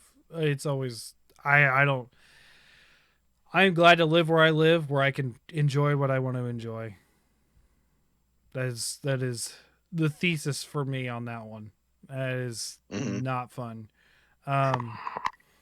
So next week is going to be our first Monster Hunter specific episode. I do not know if Sasha will be joining us yet or not. She has not been indoctrinated into the Monster Hunter fan base as of yet. Play the whole game through in a week, and then That's not gonna happen. I have a busy week this week. Actually, there's an ABA conference on Friday, so that means I get to do my my normal job in 4 days instead of 5 days. So that's gonna be fun. Ew. Yeah, it's always rough. Yeah. But you still have Monday off, right? So I do. Hopefully my toddler is not super sick and I'm not spending my weekend taking care of that. right. Well, yeah. I mean, my friend, he has a sick kid, and he said he hasn't actually got a restful night's sleep in 3 days because his wife has been Yeah. sick as well. Mine's just it's just messy right now. A lot of Mhm. snot. It's gross. So Oh yeah. could really use a Bidoof right now. Mm-hmm. Yeah, they're very useful for that. Water gun all the way. Actually, I don't know if they can learn water gun. I know that you learn water pulse, but that's only because of Arceus. I don't know. So so the Monster Hunter Sunbreak news is Tuesday. So this week actually I'm still working this week, and I don't know the workload because it's always weird when my dad takes vacation because a lot of times people want him specifically because he is the certified engineer, whereas my brother and I are not. So sometimes they'll just wait till he comes back. So it could be a very busy week, or I could be a dead week for me work wise. So I might be able to catch that live. And whenever these presentations come up, usually I am sitting on Discord and watching it live with other people, if you people can participate, because it's fairly early in the morning. I think it's like 10 a.m. my time. Might be. It's varied sometimes. Sometimes it's been like 10 in the morning. Sometimes it's been like 2 or 4 in the afternoon. I think this one specifically is like 7 a.m. Pacific time. Mm. I can look on Twitter and find out real quick.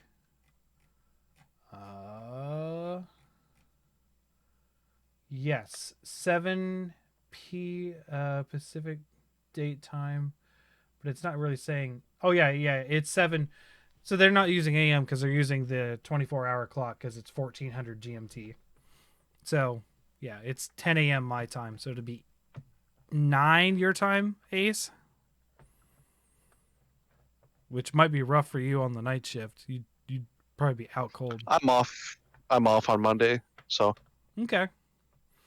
So maybe we can link up. But if any listeners out there, you are on the Discord or you want to be on the Discord, be sure to join it, because we have fun chatting about stuff as they're revealed. Of course, we're going to talk about it next Saturday too with the Monster Hunter episode, and we'll try to find a guest. And Sasha, you are welcome to join, but I know if you don't have much to say, that's fine too. So we'll see. Yeah, I feel like you should probably try to find a guest and Yeah, no, we will. We will.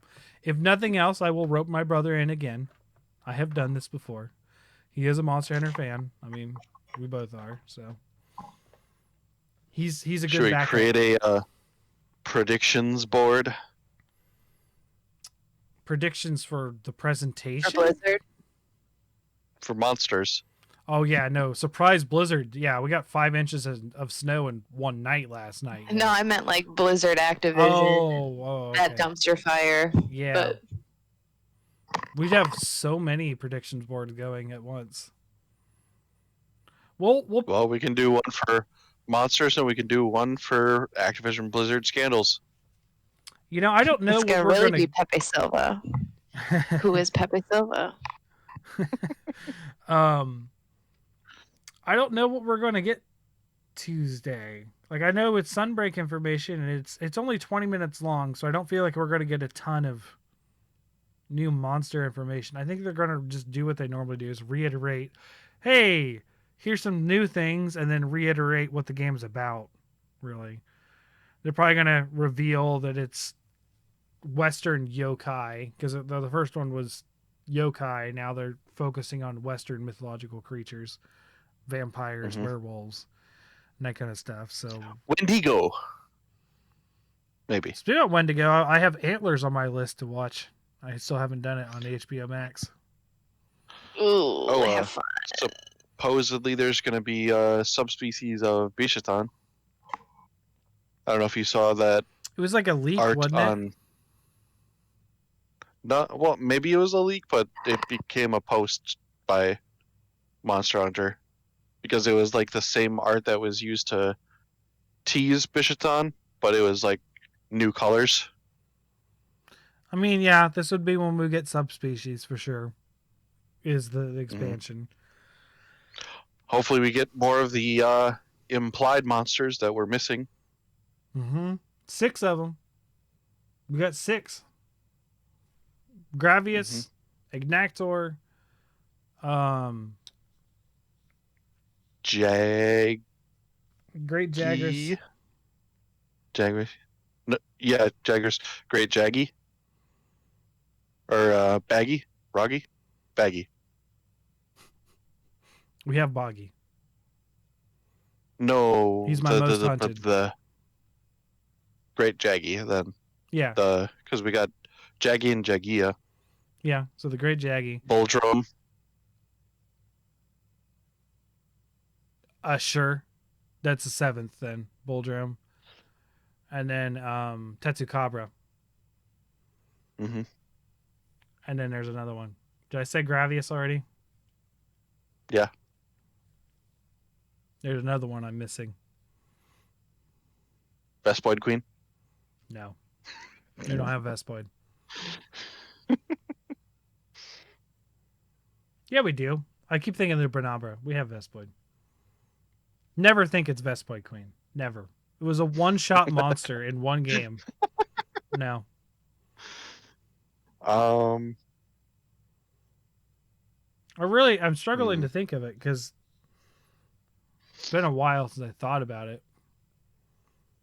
The ones that are for sure are that really I'm surprised are Ignactor, Gravius, and Tetsukabra. Like those 3 are the ones I'm super surprised that we don't have because we have a Tetsukabra in the town, but yet there's no in the area. Ignactor, we have its young, and then Gravius, we have its young. Like we don't. Yeah. The Raptors for like Great Jagras and Joggy, that's happened before. We've had the Raptors without the alphas, which, whatever. Mm-hmm. Anyways, yeah, that's something to talk about next Saturday, and we'll see Tuesday. But be sure to join us. I'll be on the Discord live while we're watching it if I can. If I'm not, at a job site or something, because that could happen. Because it is just in the middle of the workday, 10 a.m.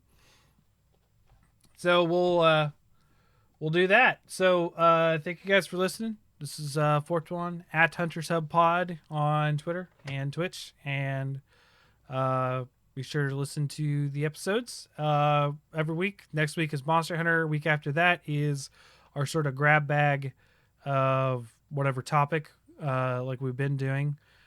Top something or whatever topic comes up, we'll figure that out. Sort of like our wildcard episode, and then of course, beginning of next month is the next quiz show, quiz number 5, and Chance took the crown last time on that one, so we'll see how the next one goes. We're considering, I still haven't decided yet, possibly more of a negative games focused one because of April Fools, but because it is like April 2nd that we'll be recording, so it'll be pretty close to it. So yeah, gonna look into that stuff. And of course we have later on in April, which I think actually falls on the Monster Hunter week, is your conference. I think it's actually lined up pretty nicely. It'll be the conference is the week after the quiz show, so we'll probably then just flip-flop news and Monster Hunter that month. Sure, that makes sense. All right. So yeah. At Ace Badger Gaming on Twitter, follow him, see what he's up to. More Arceus, more political stuff, getting in fights with people as usual.